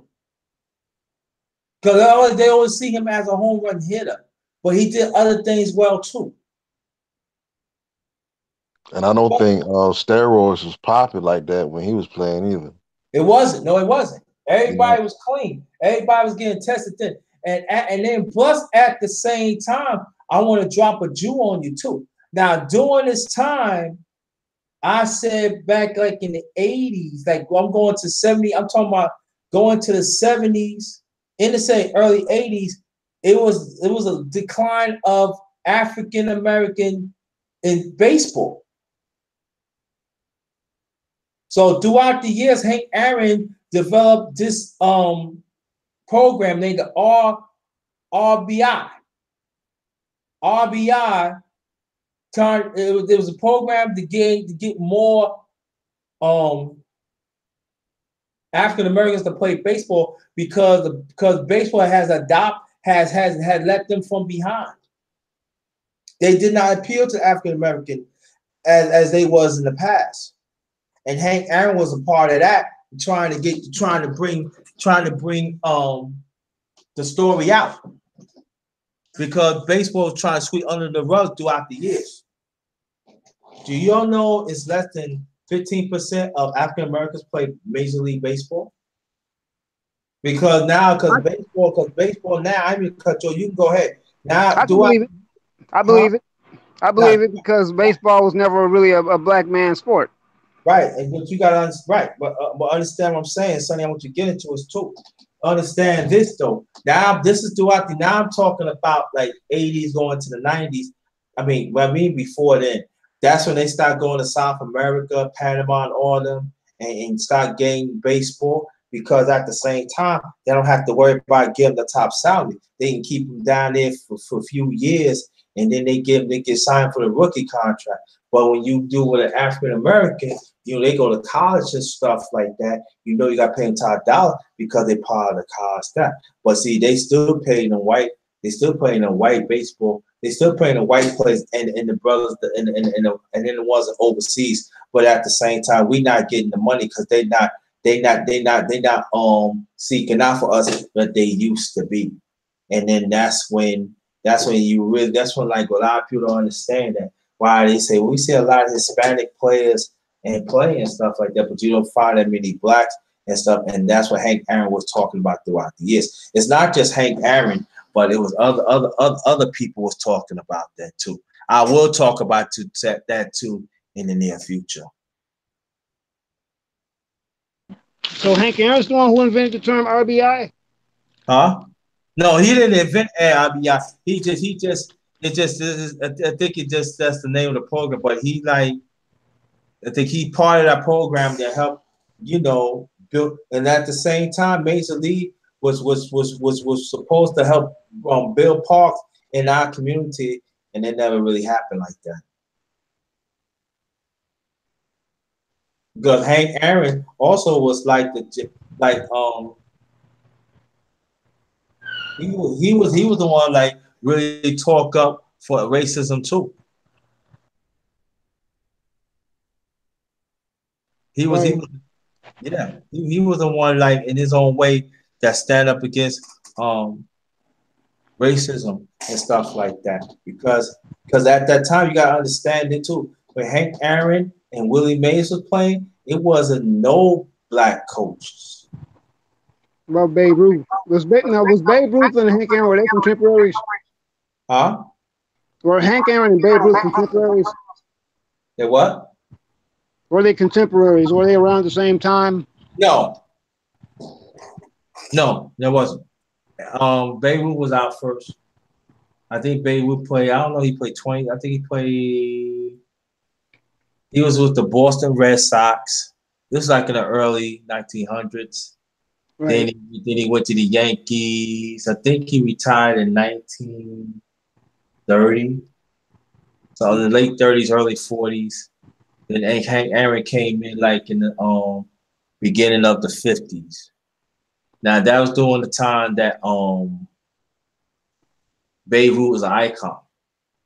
And that's when Hank Aaron helped Milwaukee win their first World Series, I believe back in the late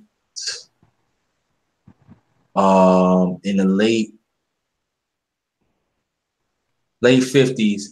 They used to call Milwaukee Bucks. I mean Milwaukee. Oh man, what's the name? Milwaukee Braves. Let me give you a little history before. Let me give y'all a little history. Sonny, I want you to get into it. Let me give you a little history. Now, after that time, that's when Major League Baseball, they start to really, really lead. So that means that the New York Giants has left. No, the Brooklyn Dodgers has left from Ebbets Field, and they moved to they moved to San Francisco. This is not going. Now I'm talking about the early. Now I'm talking about the late 50s going to the late 50s going to the early 60s. St. Louis Cardinals. I mean, not St. Louis. I'm sorry. I mean the Brooklyn Dodgers. They left from Brooklyn. They was in Ebbets Field Park, and they moved to San Francisco. And doing about the same time, Milwaukee left. They went to Atlanta. And I believe Atlanta, I think that was a little later on, I think. And the New York Giants, they was in Polo Grounds. That later on that became a project. And then New York Giants, they became, let's see, Brooklyn Dodgers. Let me see, Brooklyn. Did Babe Ruth speak out against racism too? The Brooklyn Dodgers, they moved to Los Angeles. The New York Giants, they moved to San Francisco. So that's when California, they want their own teams and stuff like that. Now, what happened with the New York Giants, they was in Polo Grounds. That was like up in Harlem. So that became a project, I believe, like 2 or 3 years later, I believe. And then Ebbets Field, they built Ebbets Field. That's in Brooklyn, New York. That became an apartment complex. And those teams stay been part of the West for a long time. And I think then it was another team, and then there wasn't no other team. And then that's when the New York Mets became in existence like in the early 60s. And they was losing like throughout the 60s. Then they won their first world title back in 1969, and they lost it in 73, the world champions. I'm just giving y'all a little history. But during that time, that's when Hank Aaron was playing. And so it was to be great battles. But see, at the time, before the Mets was forming, the Yankees, the only team that New York had was the New York Yankees. All through along, during existence, Yankees is a storytelling team. So they've been like in kind of like almost in existence when Major League starts. And so, like I said, the Mets came in the picture. I said back in the early '60s because both New York teams has left, go to the West. Now I'm talking about like in mid. No. I'll never go back Milwaukee. Now that's when when Milwaukee left, right? Milwaukee left, they went to the Braves. That's when they came to Atlanta Braves. So what happened was they switched the name up. So they came to Atlanta Braves, and that's when Milwaukee came. Instead of Milwaukee Braves, they become Milwaukee Brewers. And then that's when Hank Aaron stayed. And until I believe, like I said, the end of the '60s, that's when he got traded to Atlanta Braves. If I'm not mistaken, maybe in the late '60s or something like that. And that's when he make his. That's when when he hit 35. That's when he 30. That's when he make his run as a home run king. And that was that time he was getting death threats because the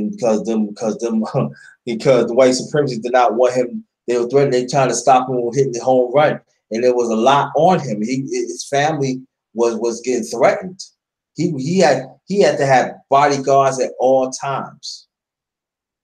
And now when he hit that one, I believe that 72, and I think that's a few months later. That's when Jackie Robinson had died, and that's when he said he hoped that one day that he could see on the bench that he'd be a black manager, because at the time there was hardly no black managers or coach at that time.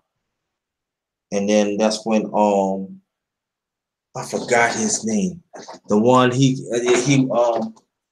Frank Robinson. He was the first major league, the one MVP in American League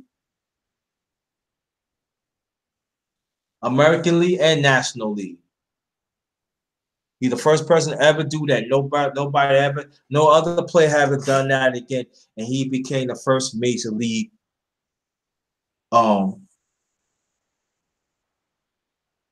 manager. I know I talk too much. Y'all go ahead. Didn't Babe Ruth speak out against racism? Babe Ruth was racism.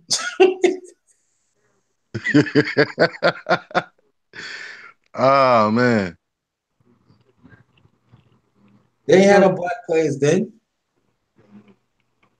That was Lily White. Oh, I thought he at least lent the helping hand. Never mind. Ty Cobb, he was the first one, had over 4,000 hits, was straightly racist.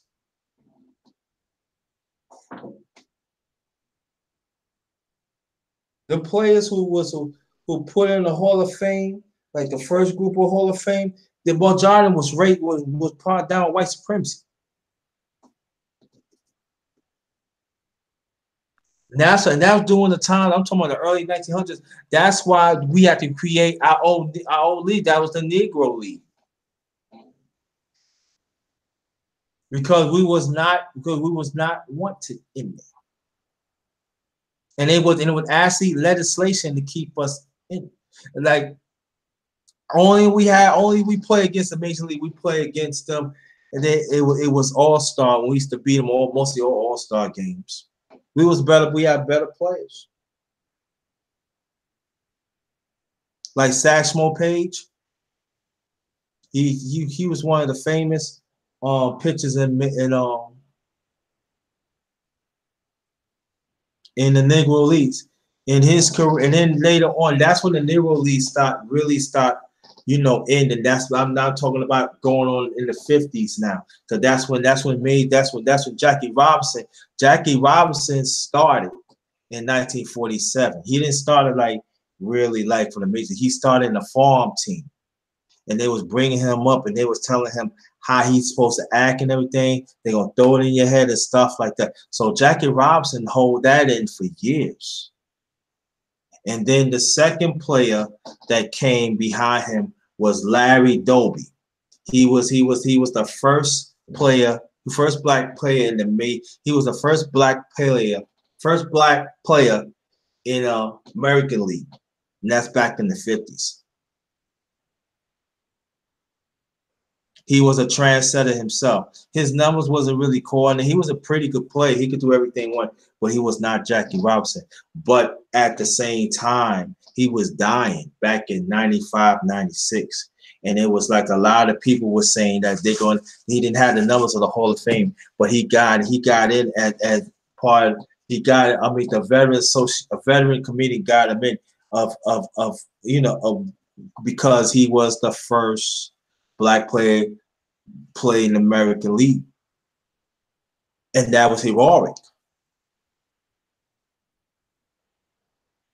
And he had to go through it himself. Larry Doby, look it up, family. Look it up. First black player played in American League.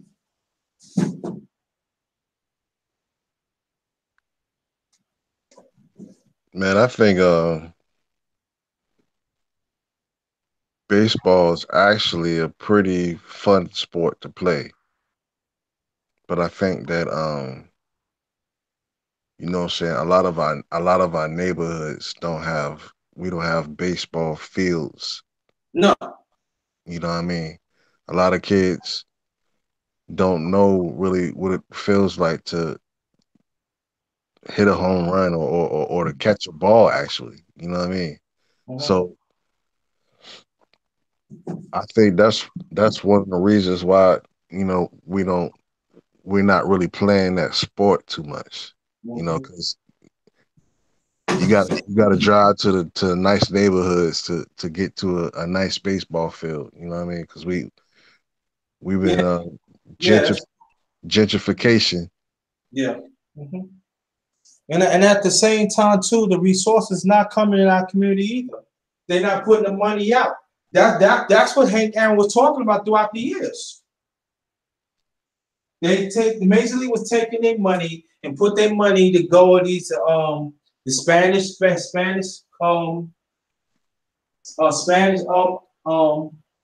countries because it's cheaper labor. And sometimes they had them lie about their age. Like their first players they really started going was Cuba. They started going Cuba, and then after that they started going South America, Dominican Republic, Brazil, and stuff. And little by little, like I said before, they forgot about the African American players, especially at the same time. And at the same time, we cannot forget about Roberto Clemente. He was the very first Spanish player, and he died in a plane crash back in '72 to bring back some stuff from Nicaragua. And it was for I think I vague. It's funny. It's funny. I should vaguely remember that, and it's kind of funny because I was born in '71, but I think I heard about something like that about Roberto Clemente. Roberto Clemente, he was a very excellent player. Excellent player. He's not mentioning all that, but he was an excellent player. Roberto Clemente could do it all. Very underrated. First Spanish player that excelled in major leagues. Ask me, he was the first Spanish superstar, first black Spanish superstar. But it wasn't for Jackie Robinson, right? And Larry Doby, that would never happen. Facts. So True. So sometimes when these Spanish players they talk about this and that, they never gonna give us credit as due. Now we can talk about politics, about sports because it goes hand in hand. If you I didn't mean to get off the subject. Look how the political paradigm it is right now. They got their own network, rightfully so, no problem. But who the one started up?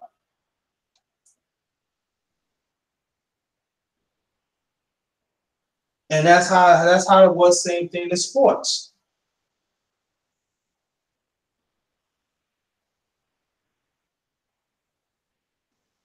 And so when the major leagues start getting these players, that's a tax write-out to them.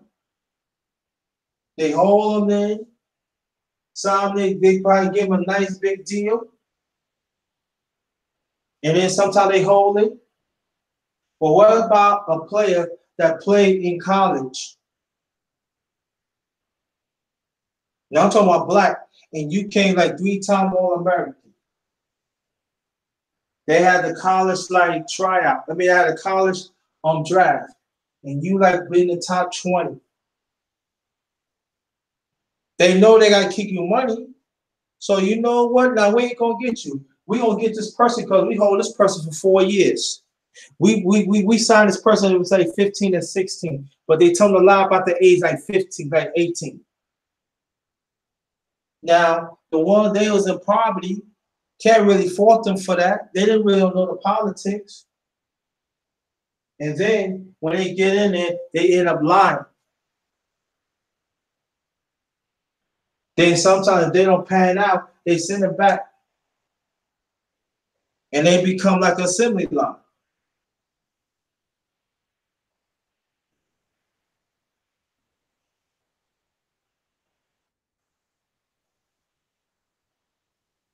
Just hello? Oh, okay. Y'all can hear me? Indeed. Oh, just Oh, I hear you. Yeah, I hear you. okay. Just I'm gonna say a few things, then y'all can chime in because I'm gonna close up in a few minutes. Just like in football, they can say about football they want to. I'm gonna talk about football too. Great players that you never heard about that helped the NFL. I'm gonna talk about that too. I'm taking it back, but I'm gonna have facts.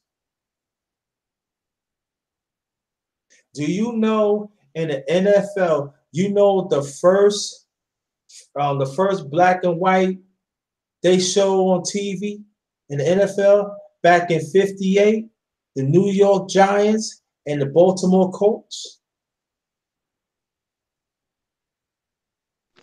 Say that one more time, brother. The first black and white televised football game that they showed, I believe they said it's in color, but it's black and white. That's the Baltimore Colts and New York Giants back in 1958. Did not know that one.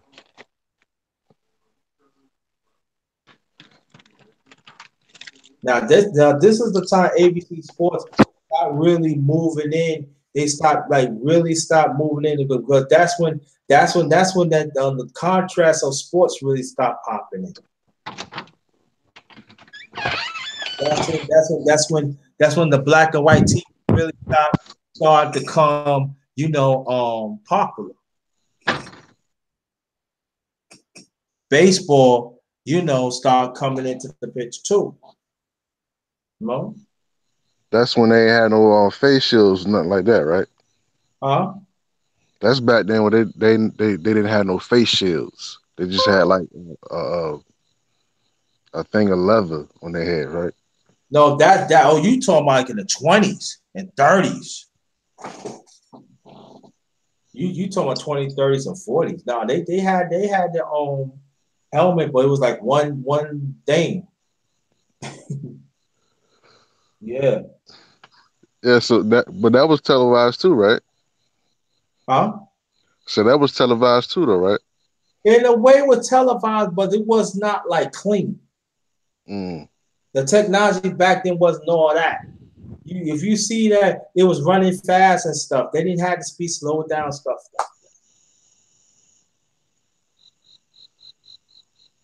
So, but that's what they have. Y'all can chime in what I'm saying.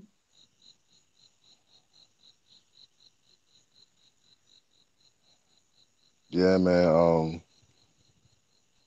I'm just sitting here thinking about you mentioned all these great players in the past. I'm just thinking about, I mean, everything they had to go through. You know what I mean? You talk about Frank Aaron, you know what I mean? Even what you just mentioned back then, with the NFL, just the different Mhm. things that we had to put up with and how far we have, made some strides since then. Yeah, I mean, and but also in the NFL back then, it wasn't like one person could play one position. All play had to play at least by two or three positions because they didn't have the salary wasn't even there. So picture that. So a lot of them playing like two-way play. They was two-way plays. You even got punters, like punters back then would have to tackle. They had to play defensive end. The safety and stuff like. right, in football back then, it was like a job. Oh man, it was a job. Yeah, they had to get up and get a second job. There wasn't no money. Right. So you think about they used to get you get tackled, you used to get murdered. Motherfuckers used to do wrestling moves. Like they used to run, they used to grab by they leg, pick them up, clothesline them and shit, tackle them and all like that. Break it, man. It was lethal back then. You think we Lay need to go? out. Huh? You think we need to go back to that, man, without the face shield?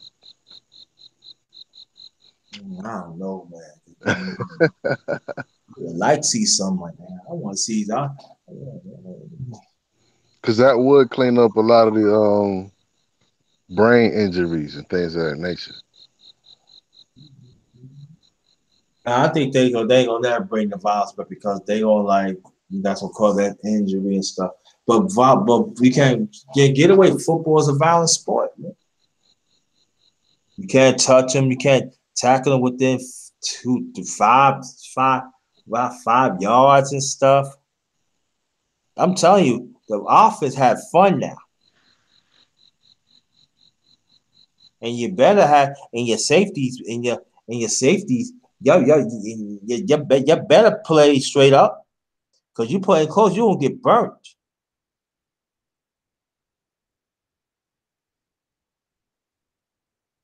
So the NFL is really geared up for offense.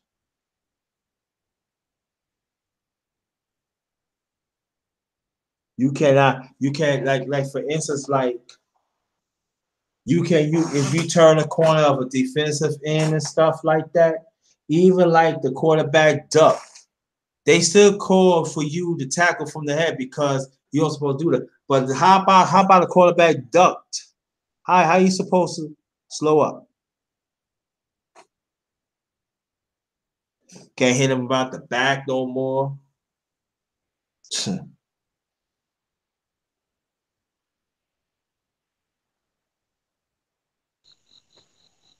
And then when you hit him, you can't hit him in the head. You got to hit him from the waist down. But see, they fail to realize how you can't say that if a if it's tall, if a person's short. So a person that is running like 5'9", 5'10", and you got a person that is 6'4", he could bend down and try to go for it. But how about that person bent too? Stuff like that. You know?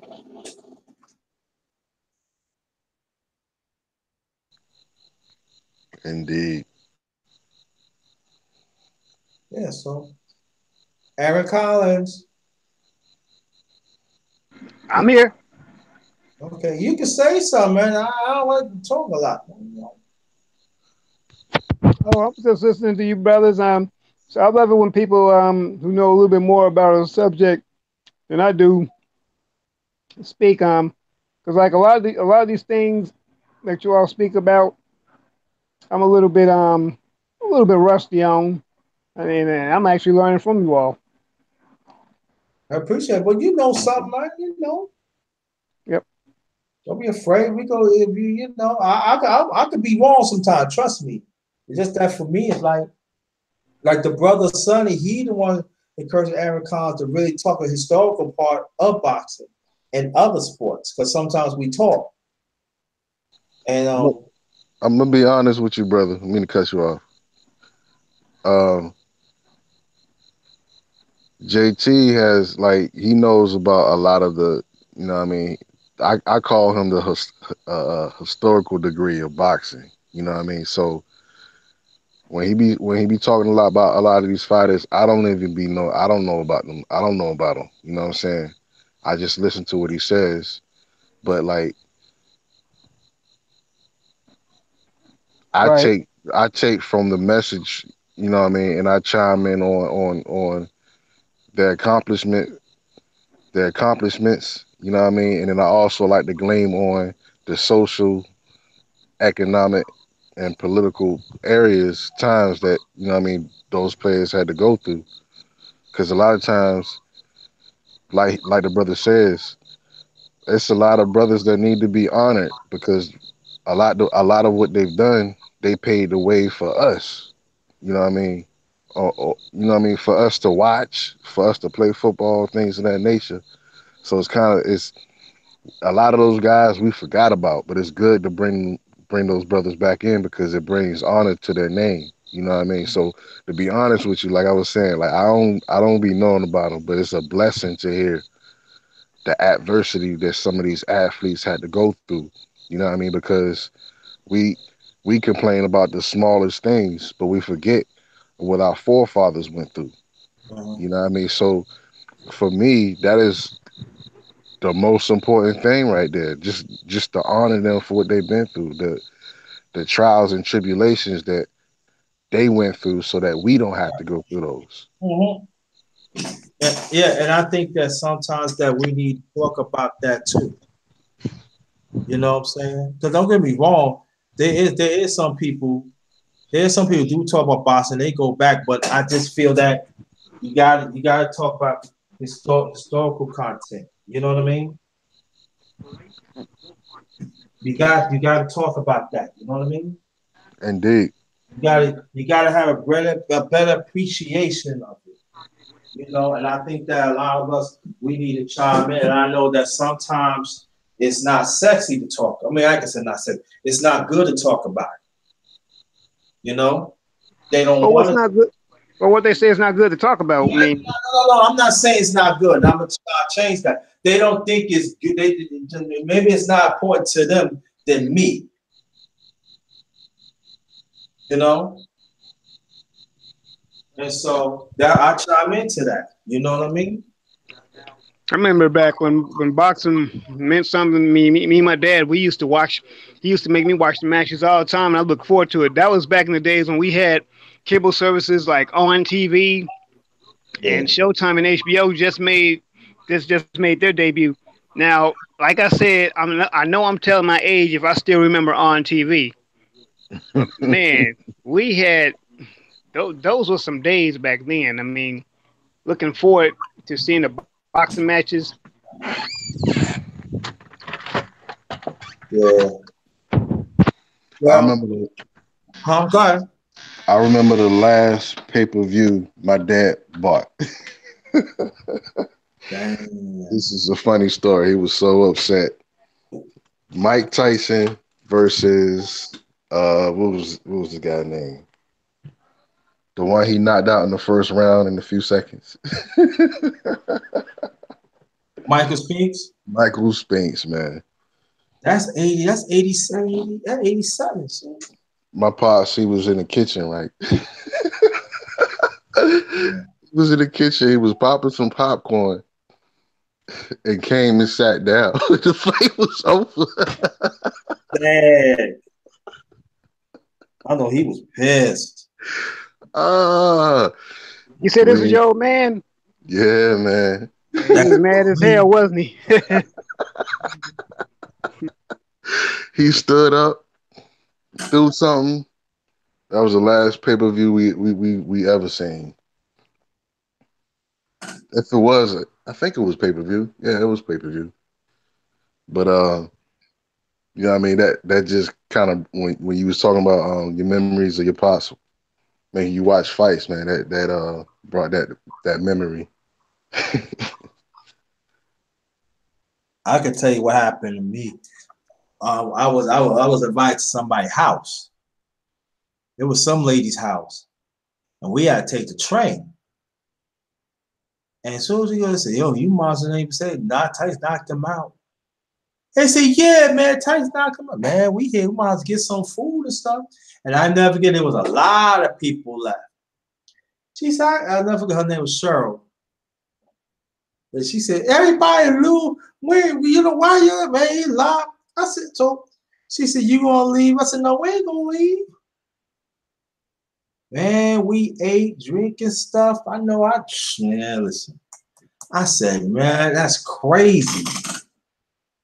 I said, that was that quick? She said, "Yup, that quick." Yeah, I was like, mm-mm-mm. But that's how Tyson fights was back then. That was at that time too. And that was during the time Don King would start making money too. I mean, ripping people off, but you know. Yeah, I saw that whole fight, man. Mm. My pop's in the kitchen making popcorn. Soon as he sat down, yo. And Yeah, we Did he laughed. throw? Did he throw the popcorn at the TV? He threw some. I can't remember what he threw, man. But he threw something. He stood up, man, threw something. Turned the TV off. Well, he did watch the replay, but turned the TV off as soon as it went off, and sweared up and down he would never buy another pay-per-view again. he didn't. And he didn't, literally.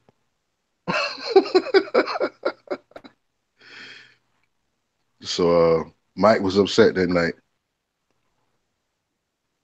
Yeah, I tell you, I tell you like this though. I remember one of Mike Tyson fights. I was like, it was like we supposed to go somewhere. I said, "I'm staying home." "What do you mean? It's gonna be quick." And now we're doing the time that Mike Tyson stopped fighting Atlantic City. That's what they start having his fight. That's what he was fighting at HBO. That's what HBO had a contract with boxing. Because at that time, Showtime wasn't around at the time. Right, HBO was popping back then. Yeah, HBO was popping back then. Well, I don't think HBO really specialized in too much sports. They did more movies. The cable service I mentioned before was called On TV. You remember On TV? What? On TV. It was the name of a cable service. No, I don't. I don't. Like I said, I think I just told my age. Well, you said you were born in 71? Yeah. I'm a 60, baby. I'm 66. Oh, for real? Oh, damn. Yeah. I didn't know that, JT. You look pretty young. Thank you. Yeah. Man, you're not 66. I was born 66. Oh, okay. Yeah. I'm a 60 baby. I mean, I know black don't crack, but damn. Hey, you know, hey, doctors, man, hey, doctors don't crack, baby. That's right. Doctors don't crack. But I want you to hold that thought. I'm gonna read those names out. We're gonna say your last remarks, and that we close this out. But let me read this out. Marquita, thanks for coming. Information man, thanks for coming. Sling Griff, LDBC, thanks for coming. Victor Lyons, TV, thanks for coming. Neon Eyes, thanks for coming. Let's see, Victor. Okay. So let me go up. Oh, damn.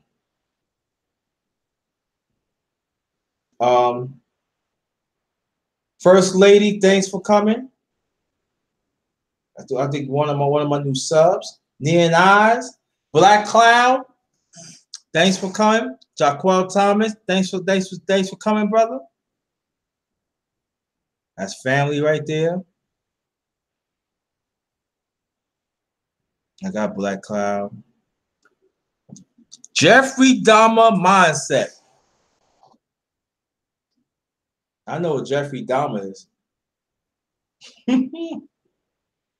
I get to you late, a few minutes. Sunday Boss Talk. Jalen, thanks for coming. I said sitting good, but thanks for coming. Jalen, thanks for coming, sitting good. First Lady again, thanks for coming. Lowland Prophets, thanks for coming. Aaron Collins, Aaron Collins, get to you in 2 minutes. Information Man, thanks for coming. Jeff George from the LDBC, thanks for coming. Shout out to the LDBC family. Annette B, beautiful queen, thanks for coming.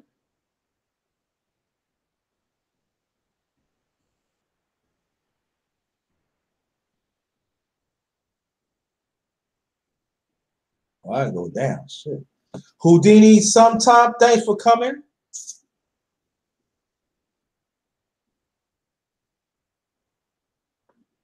I said Nina, okay. All right. Now, last remarks. The real Aaron Collins. Last remarks. And then Sunny boxing talk. It's good to talk about boxing and stuff like that. Because every now and then it's good to take a break from the normal white supremacy talk and stuff. Talk about some stuff that everyone could enjoy. Professional sports is definitely, I guess you could say, America's pastime. Actually, the world's pastime. So So yeah. You can talk some more. Don't be afraid. And it's I like the fact that we could come together and have these different types of talks and the different conversations that and yeah. Okay. Okay, I want you to stay right there, brother. All right. Don't leave yet. Because I want you to hear what I'm saying. Sunny boxing talk. Indeed, indeed. So honors to everyone that showed in to the chat, everyone that stayed. Honors to you. Honors to the panel, everyone that came to show the support. My brother that came. Honors to you, brother. Underrated, the underrated one. Um,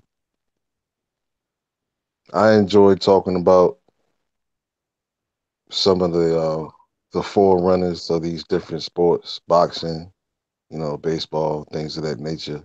Mm-hmm. A lot of these people are not talked about nowadays. And it's a lot of information and wisdom that we can glean from the things that they've been through. And I think it's I think it's dope. You know what I mean? We bringing them honor. We bringing their names honor, their memories honor by talking about them Mm-hmm. because their struggles need to be told.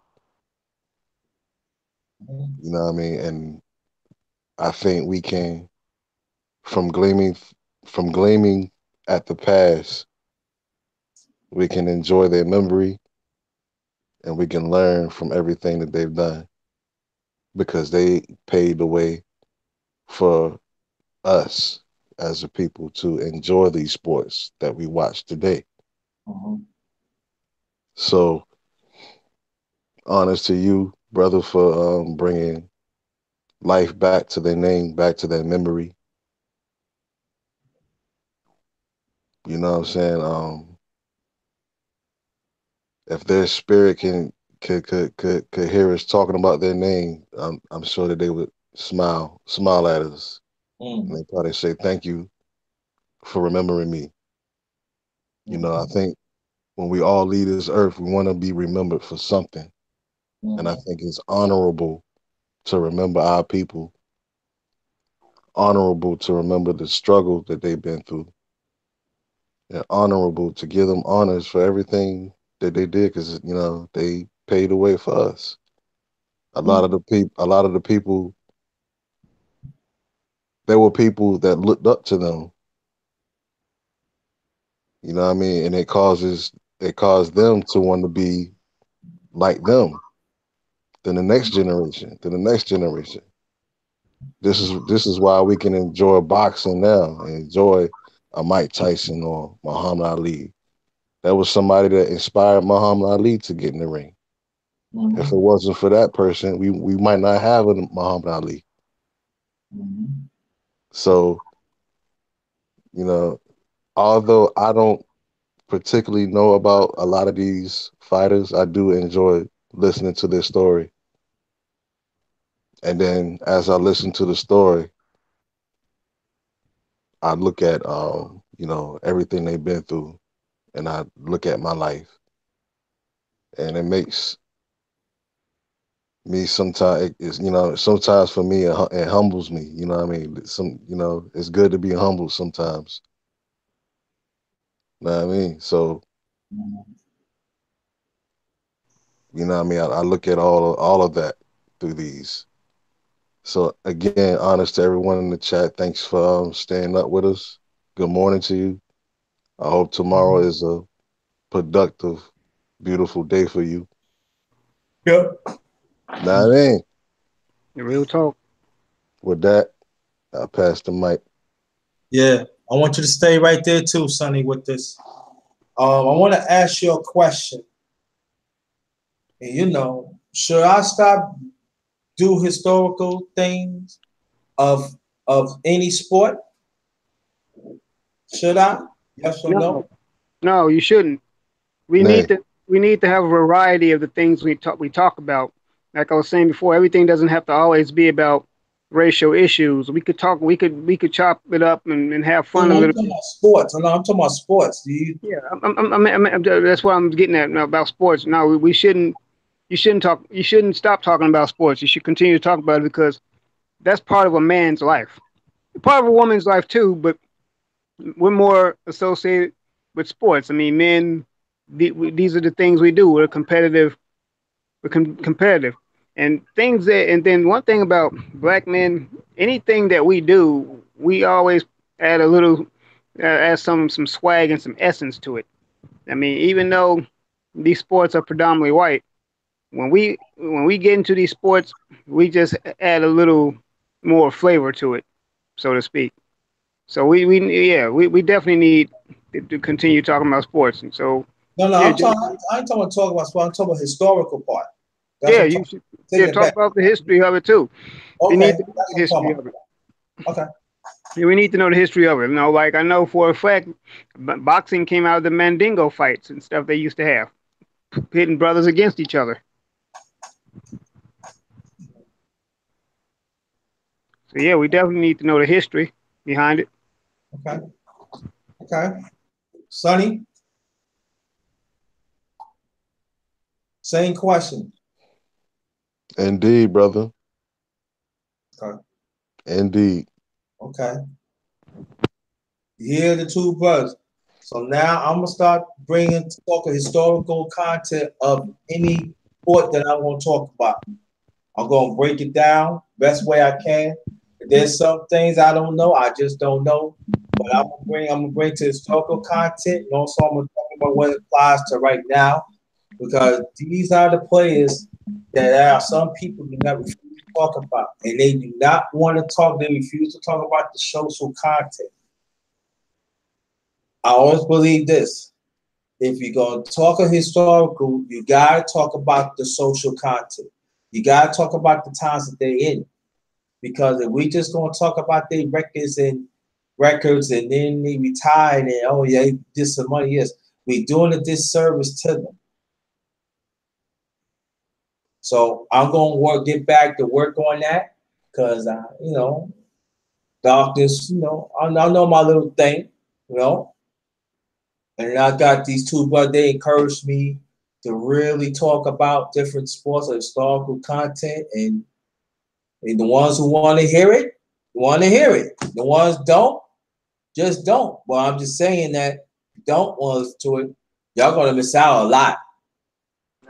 My thing about this, JT, you said for those who don't want to hear it, all they simply have to do is just leave the channel and go somewhere else. Hmm. Yeah, I just want to say that. You know what I mean? But the thing about here, I'm happy that I did this live. First, I was gonna do it. I was gonna do it another time, nighttime. But like I said, I'm not gonna do it all the time. But I'm gonna do it sometimes. I'm gonna promote it sometimes. Like if I'm gonna like do a live, it's like maybe 5 o'clock or maybe 7.